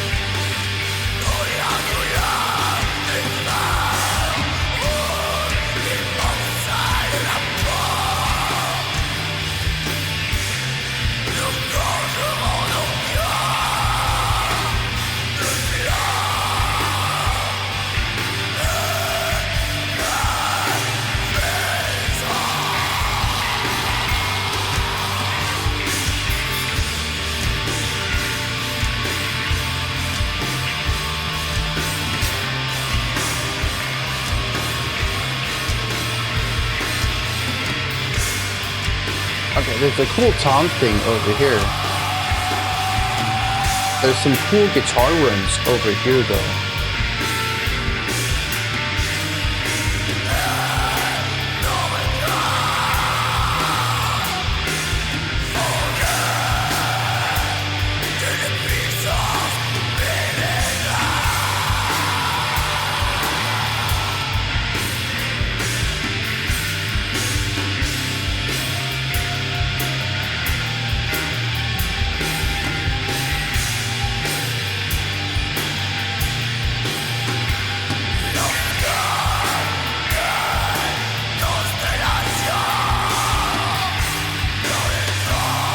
Very awkward rhythm there.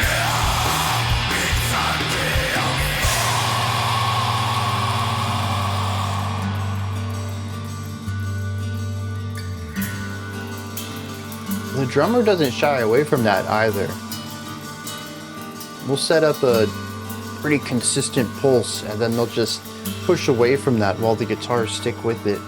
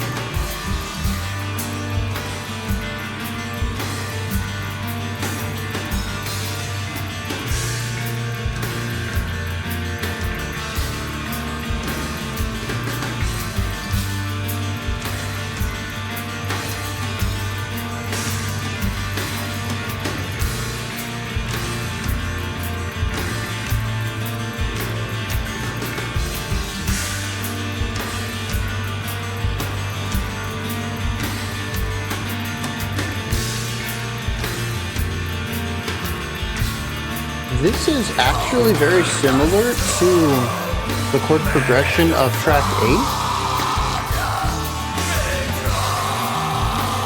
A layered expansion on that, since that was just guitar with a lot of open space. But there are similarities here, which makes sense because the track opened with a very similar idea too. It's just as much a part of this track as the previous.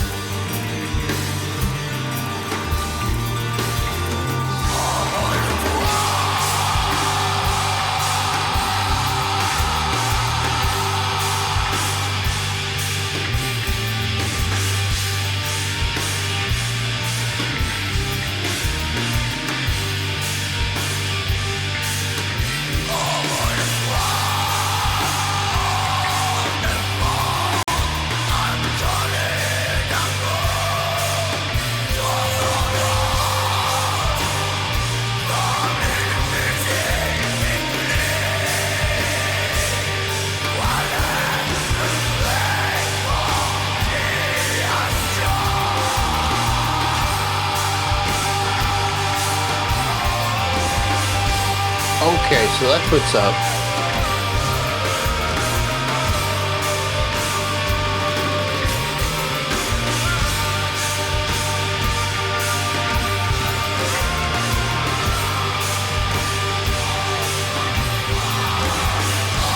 Yeah, so we're alternating between groups of 8 and 9.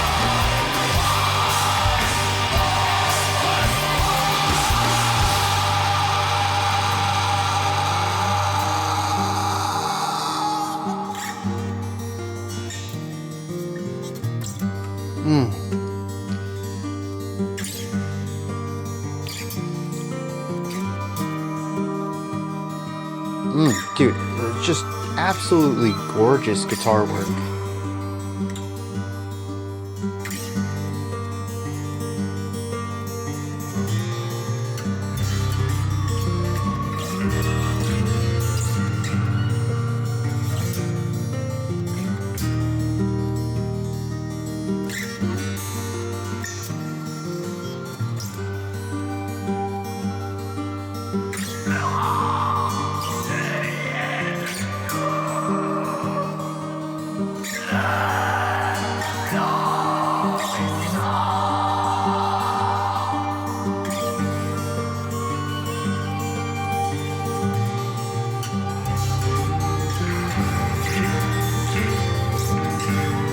Getting real busy here.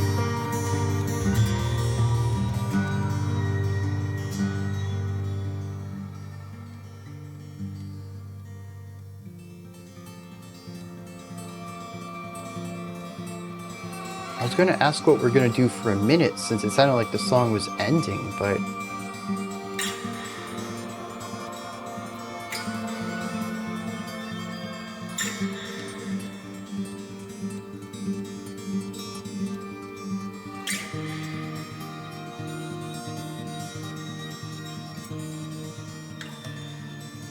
is this the first time that the classical picking technique has been used?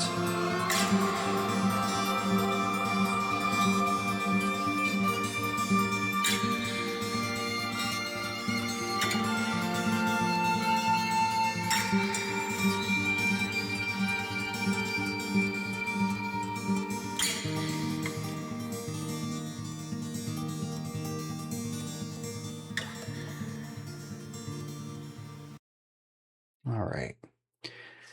Once again, it sounds like it's going into the next track. Now, I've got to ask this question here. How many of you find this to be a strong penultimate track to the album.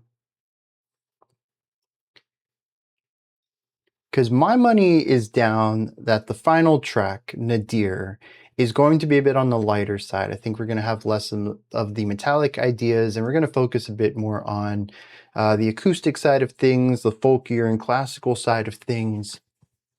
And we're going to be winding the track down on these final 9 minutes. So this is what I believe is going to be the peak of the album. Even if it isn't, though, we are wrapping it up. We have less than 10 minutes left of our 120-minute, oh no, that's not right, 80-minute. Yeah, 1 hour and 20 minutes. That's where I got the 120 from. On our 80-minute album, we're in our last 9 minutes to go. It's going to be tapering things down at least a little bit. What I thought while listening to this, though, was that this track really isn't too different from many of the other songs on this album that mix these two sides really well, the lighter and the heavier. I feel like the ending of this was supposed to be more emotionally impactful, and it's quite possible that if I understood the lyrical story a little more, I might get that. But as much as I have praised some of the more diverse elements of this album, this track didn't feel too diverse to me. No, not just within itself, which, yes, this is a very focused song here. It has highs and lows, but they're based off of the same blueprint, and much of that blueprint is the foundation for a majority of this track.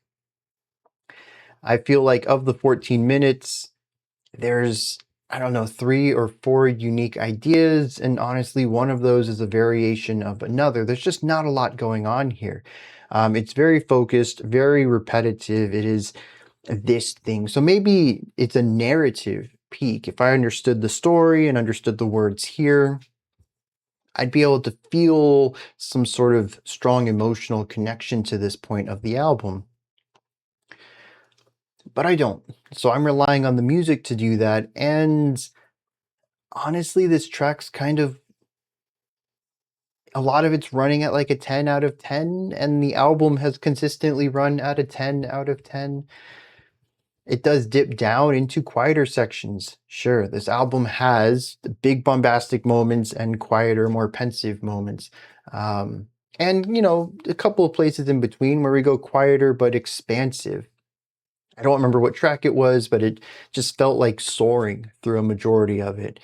And so we do have some midpoints there, but a lot of this album has used the metallic side with the acoustic instrumentation, and this has just created a consistent, not constant, but consistent feeling of peaked sound, peaked intensity throughout this entire album. And so it doesn't really feel like we're wrapping things up, because it doesn't really feel like we've escalated anywhere. This is a problem, if you want to call it that I've had with metal in general. Metal albums are very much the thing they are, and sometimes I can roll with that. I say metal as if it's unique. Rock and punkier genres also do this, so it's not really unique there. But if I'm there for just a good time, I'm just listening to something for the joy of it, I think that works. But this feels more emotionally rich. I have consistently called this album more mature, but its storytelling is fairly flat.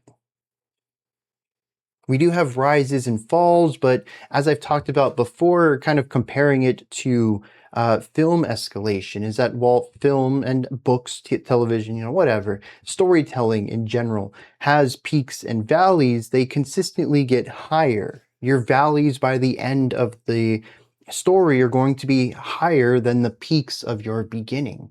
You are still creating a linear escalation up. You're just creating, you know, some boundaries. You're working within boundaries as you go through that line.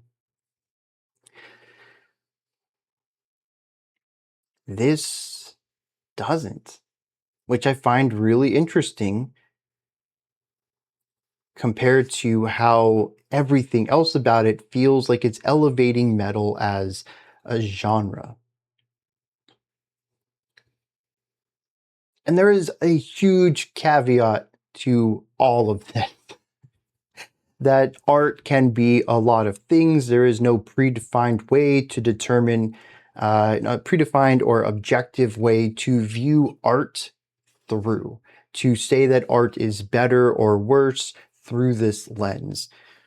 And so it's not worse off because it feels like it is a consistent level throughout.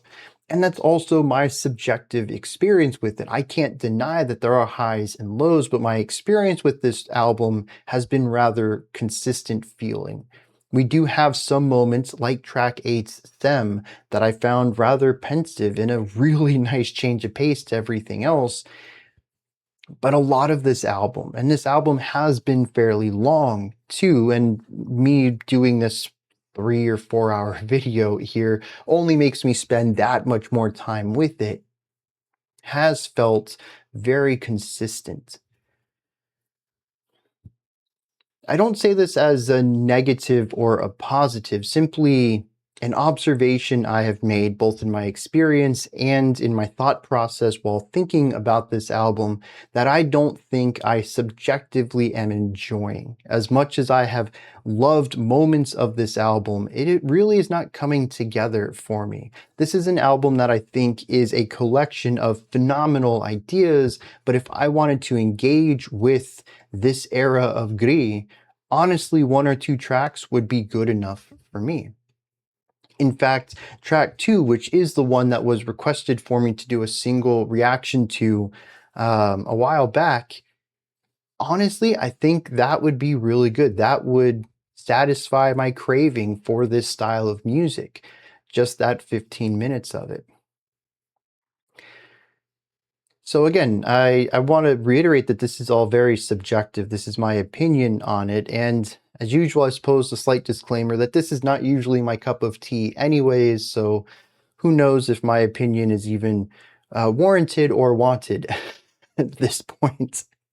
I know most of y'all come here wanting to know what I hear in music and what I can appreciate out of it. I don't know how often my subjective preferences and biases are looked forward to in these videos, but it is something that I am battling with here. I certainly have had my fill of this album much earlier than this point. And I wanted to preface this section, this analysis segment, with this conversation. One, because I do want y'all's comments on this, y'all's opinions and preferences and biases and your perspective on it. Do you feel like this album is still holding its weight or pulling its weight, holding its own at this point? I found that my attention is just starting to wane a little bit. It's not quite as gripping as it was at the beginning. It's still beautiful, it's still well written, it's still well performed. I still like the balance between the metal and the classical. It's just that I had my fill of it, you know? I put too much on my plate here. I'm full. I don't want to finish the plate. I don't know why we keep going back to food metaphors, but I hope y'all are cool with that. But I wanted to bring it up, one, so that I can read the comments later and hopefully y'all can weigh in on this, but two, because I don't feel like I have anything fresh to say about this particular song. There have been a couple of tracks where I feel like I've retread a lot of conversation, but I've always had something unique about that track to bring up, whether it's praise or analysis or even just criticism.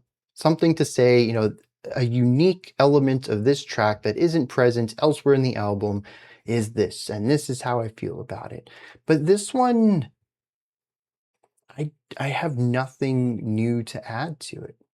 I do like how it connects to the previous interlude, but we also had that with Samsara into Igneus. I like how it balances. the two sides of it. I like how they're interwoven. I'm not a big fan of the growls. The guitar work is gorgeous.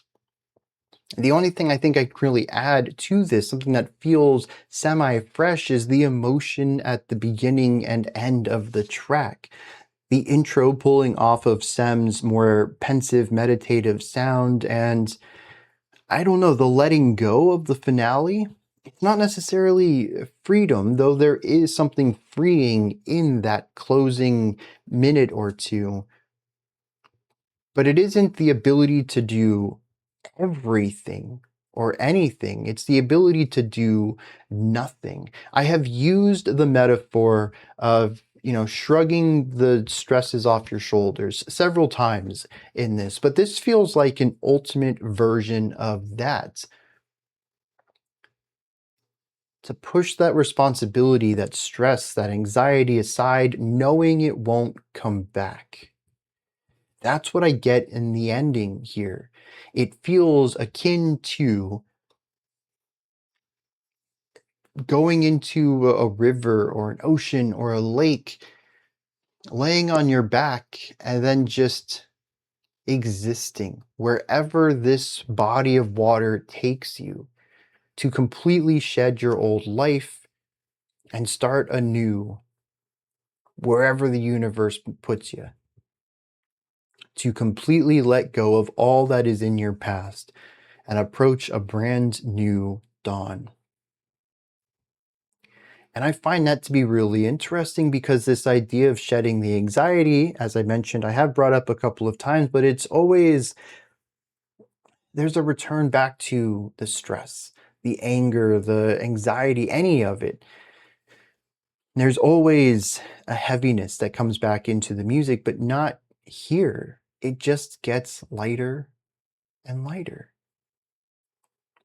And I find this interesting too because these themes don't show up in the lyrics at all. What I hear, what I am engaging with, what I am getting out of the musical component of this album, it's nothing like what the lyrics are telling me that they're exploring.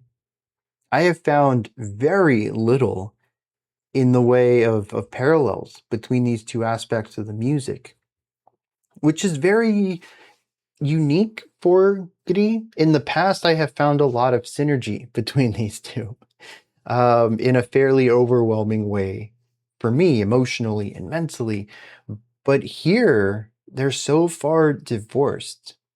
Part of this is probably, again, I don't understand most of these lyrics. I catch glimpses of ideas, but full thoughts are not something that I'm really pulling out of them.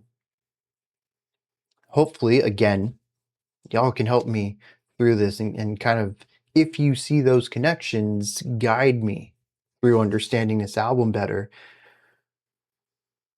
But this may certainly kind of parallel some of the thoughts I had before diving into the lyrics for track 7, where I had mentioned that in a very rare case, I would love an instrumental version of this. It isn't just that the sound of the vocals are not my cup of tea, and I would prefer to just engage with the music, but the lyrics certainly aren't adding anything to my enjoyment either.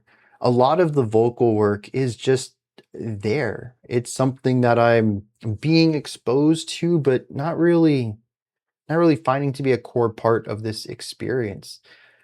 We do have 2 more tracks of lyrics to dive into. I'm not sure if I'm going to get any more out of those than I have of any of the other tracks. It doesn't bring down my experience, but I find that heading into these lyrical dives, I'm just simply not too interested in the lyrics themselves, and I'm not too excited about it. There have been other albums where I say, in fact, I think I started this video too. I can't wait to get into the lyrics to see what themes they're exploring there that might parallel some of the complexity of the music.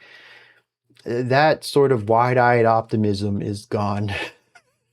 I don't look forward to the lyrics at this point. They're just a thing that is a part of this album, and I really hope it's just something lost in translation because it does feel odd to me that I don't find this synergy. With that said, let's hit the lyrics for track 9. and then we'll find out how this album wraps itself up. Sometimes my timing on topics is impeccable. This is a song where I finally find some sort of synergy here, particularly in the ending, but we gotta start from the beginning first. It talks about all of the vastness, almost the magic, the mystery of our environment. It talks about the fire in the cracks of the earth, the faults, the red hot irons that tear the skin, the vibrations of the planet we are on. It talks about the constellations, the stars in the sky shimmering, dancing with each other in a united phosphorescence. It talks about the breath of life, not present just within what we consider living creatures, but in every aspect of this planet. The soot of our souls that fly into the northern sky, it will fall into unknown worlds. This is a wonderfully evocative description of everything that revolves around. Revolves is the wrong word. Everything that surrounds the human experience. It is below our earth. It is within what we can see. It is above and beyond this planet. All of this that sits around us. It then says that we will be freed from everything and flourish, lost between dawns and stars. We will fly away.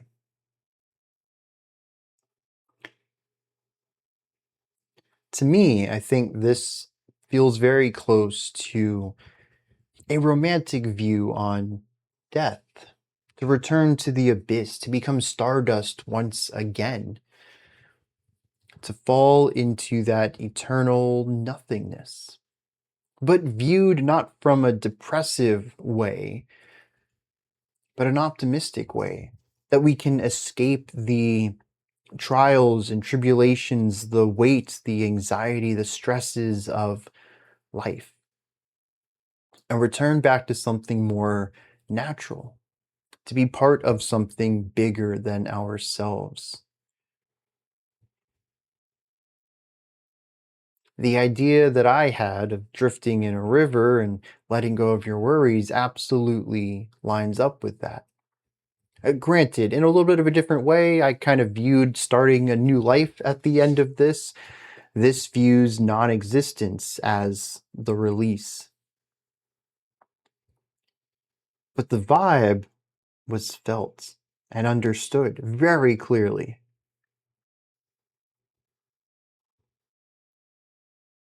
But I do find that the beautiful poetic descriptions of everything that surrounds us doesn't quite match my feeling of the music. And I think a lot of that lends itself to the metallic side of things, and especially the growling. There is just, for me personally, a really large schism between all of this. I think I would greatly enjoy this track with clean vocals.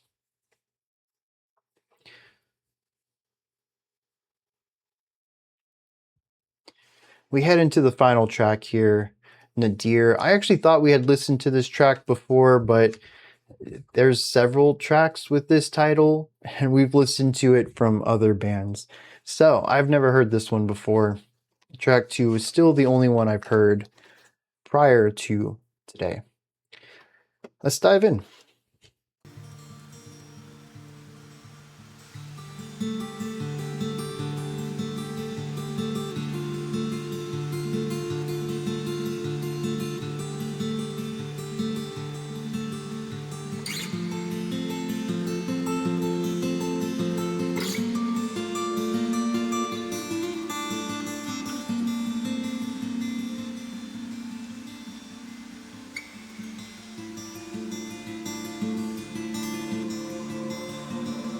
I will add that as far as a penultimate track being the peak of an album, lyrically, I think that they landed on that.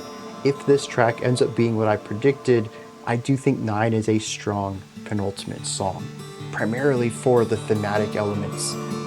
And since it did end with a drifting into non-existence, this song's probably going to carry on with that.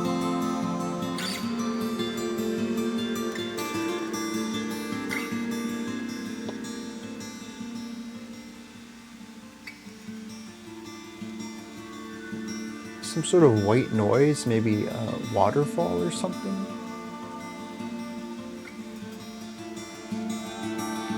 It pairs well with the guitar work and the choir, though, creating something that feels serene.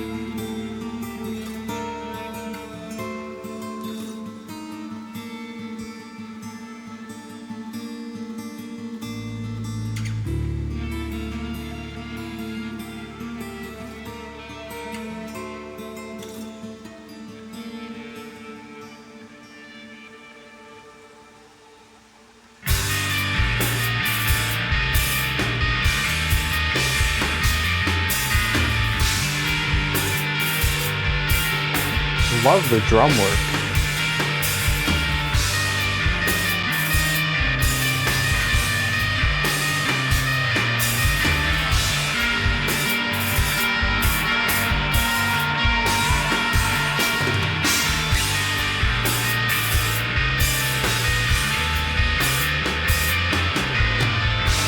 We have exchanged much of the beauty of the previous section for grit and grime. The tension of this guitar alone is drastically transformed everything about this.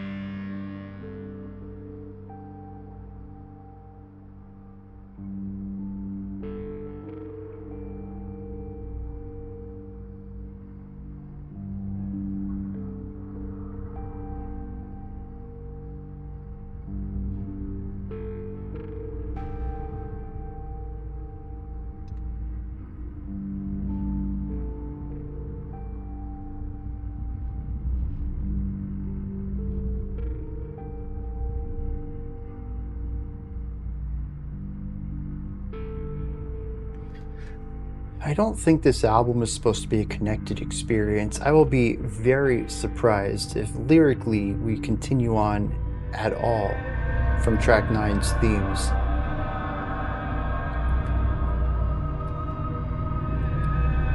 Because assuming I had the intended read on that track, musically we kicked off from there pretty well, but 3 minutes in we went into something that completely out of left field, just destroyed everything that we had worked towards.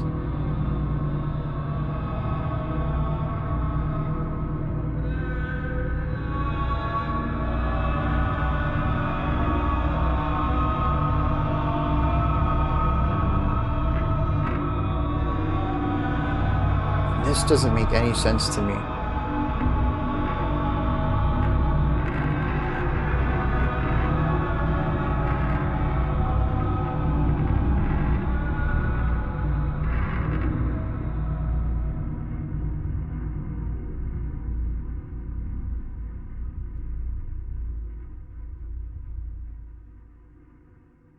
Yeah, I'm doing my best to understand that ending to this album, and it's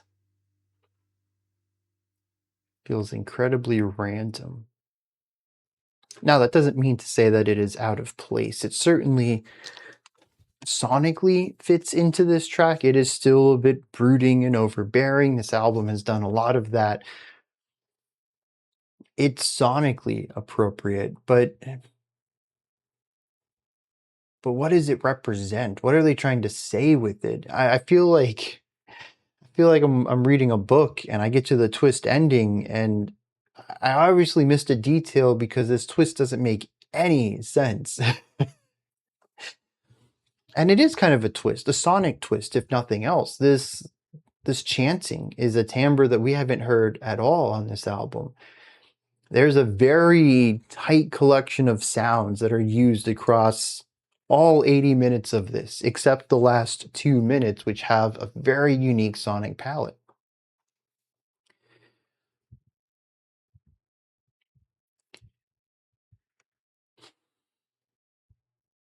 I really enjoyed the beginning.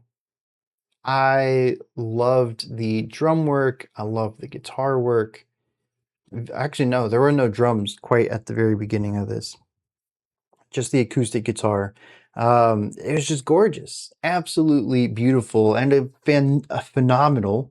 I was going to say fantastic. I think both are accurate. Continuation of the end of track 9, using that vibe and exploring it with a little more complexity, a little more depth, but not diving too hard into it because, of course, it is supposed to be this levity gained through the destruction of the self.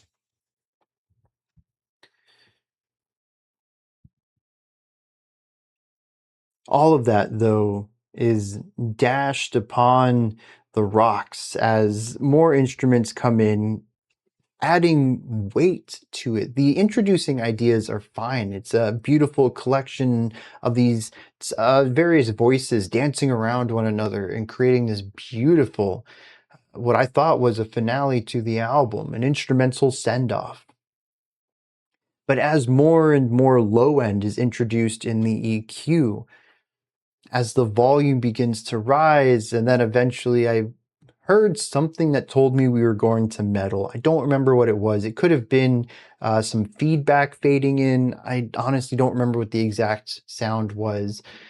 And then the big hit, and we get the distorted guitars, and they're dissonant over here. Just lots of tense diehads. The drums become more complex. And then the growls come in, and I'm not gonna sugarcoat this. I lost interest in this. It's everything that I dislike about this general sound, all crammed into a finale that I was quite enjoying for the exact opposite reasons of what they begin to explore here. Artistically, thematically, this might be incredibly sound, a phenomenal direction to go and to wrap this album up on.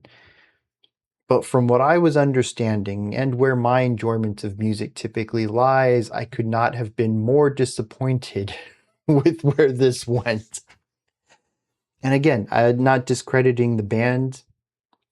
It may make perfect sense if you understand everything, and I think more importantly, if you enjoy this sound. And all of this led to my confusion as we wrapped up with chanting.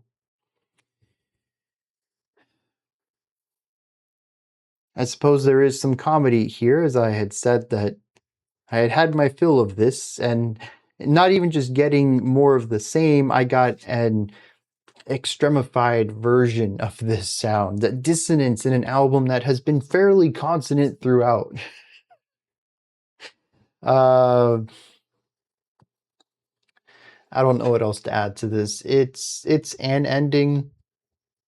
I'm obviously missing something because it falls quite a bit short for me. But I enjoyed half of it. Just kind of wish that half had continued on. Let's find out what they're singing about here. It's a short poem. This night is ugly, empty, and filthy. For this to be the first lines, it makes a lot of sense, the music that surrounds it.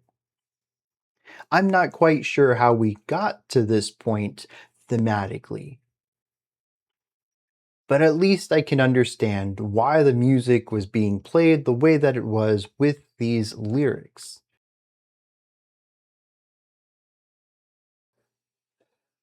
It follows that with dead flames and vomited sorrows, may the broken song of our cries awaken the stars to the consumed heart. At the twilight of the world, tear away the sand of tears.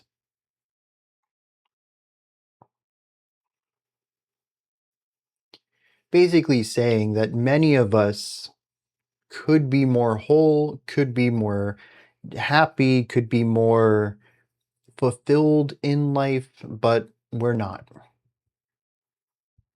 That there are those who make the world around us ugly. They vomit sorrow into it. I don't remember what track this was, but we have been talking about people who abuse the world. We've talked about the forges in track 2 where people work. Track 7 was about the alchemist. These could all be metaphors for real groups of people, classes of people, done through a more fantastical lens. But it says that what we want, no one really cares about that. And so we are left broken within this world, and hopefully our cries can awaken the stars at the twilight of the world and tear away the sand of tears. I don't know if this is asking for the world to be destroyed, for our song to ignite the twilight of our world or the end of our world. But it is asking for our sands of tears. I assume that's just talking about the quantity, comparing how many tears have been cried to the grains of sand in a desert or on a beach or something like that. It says that all of us are filled with such sorrow, and may you take that away from us as we reach the end of the world. And I think that's an interesting word too. I don't know how literal or accurate that translation is, but it's not the twilight of this planet. It's the twilight of the world, which could simply be the world of humanity. It could just be asking for an end to this race, but it could also just be asking for the earth to burn up too, to be the end of everything in this little pocket of our the pocket of space that we are in, a small little segment here. It does follow up with track 9's feeling of release in death, but it asks for it across the board. Not just for our narrator, but In their eyes, it's a mercy to all of humanity, or at the very least, the vast majority of humanity, the broken among us.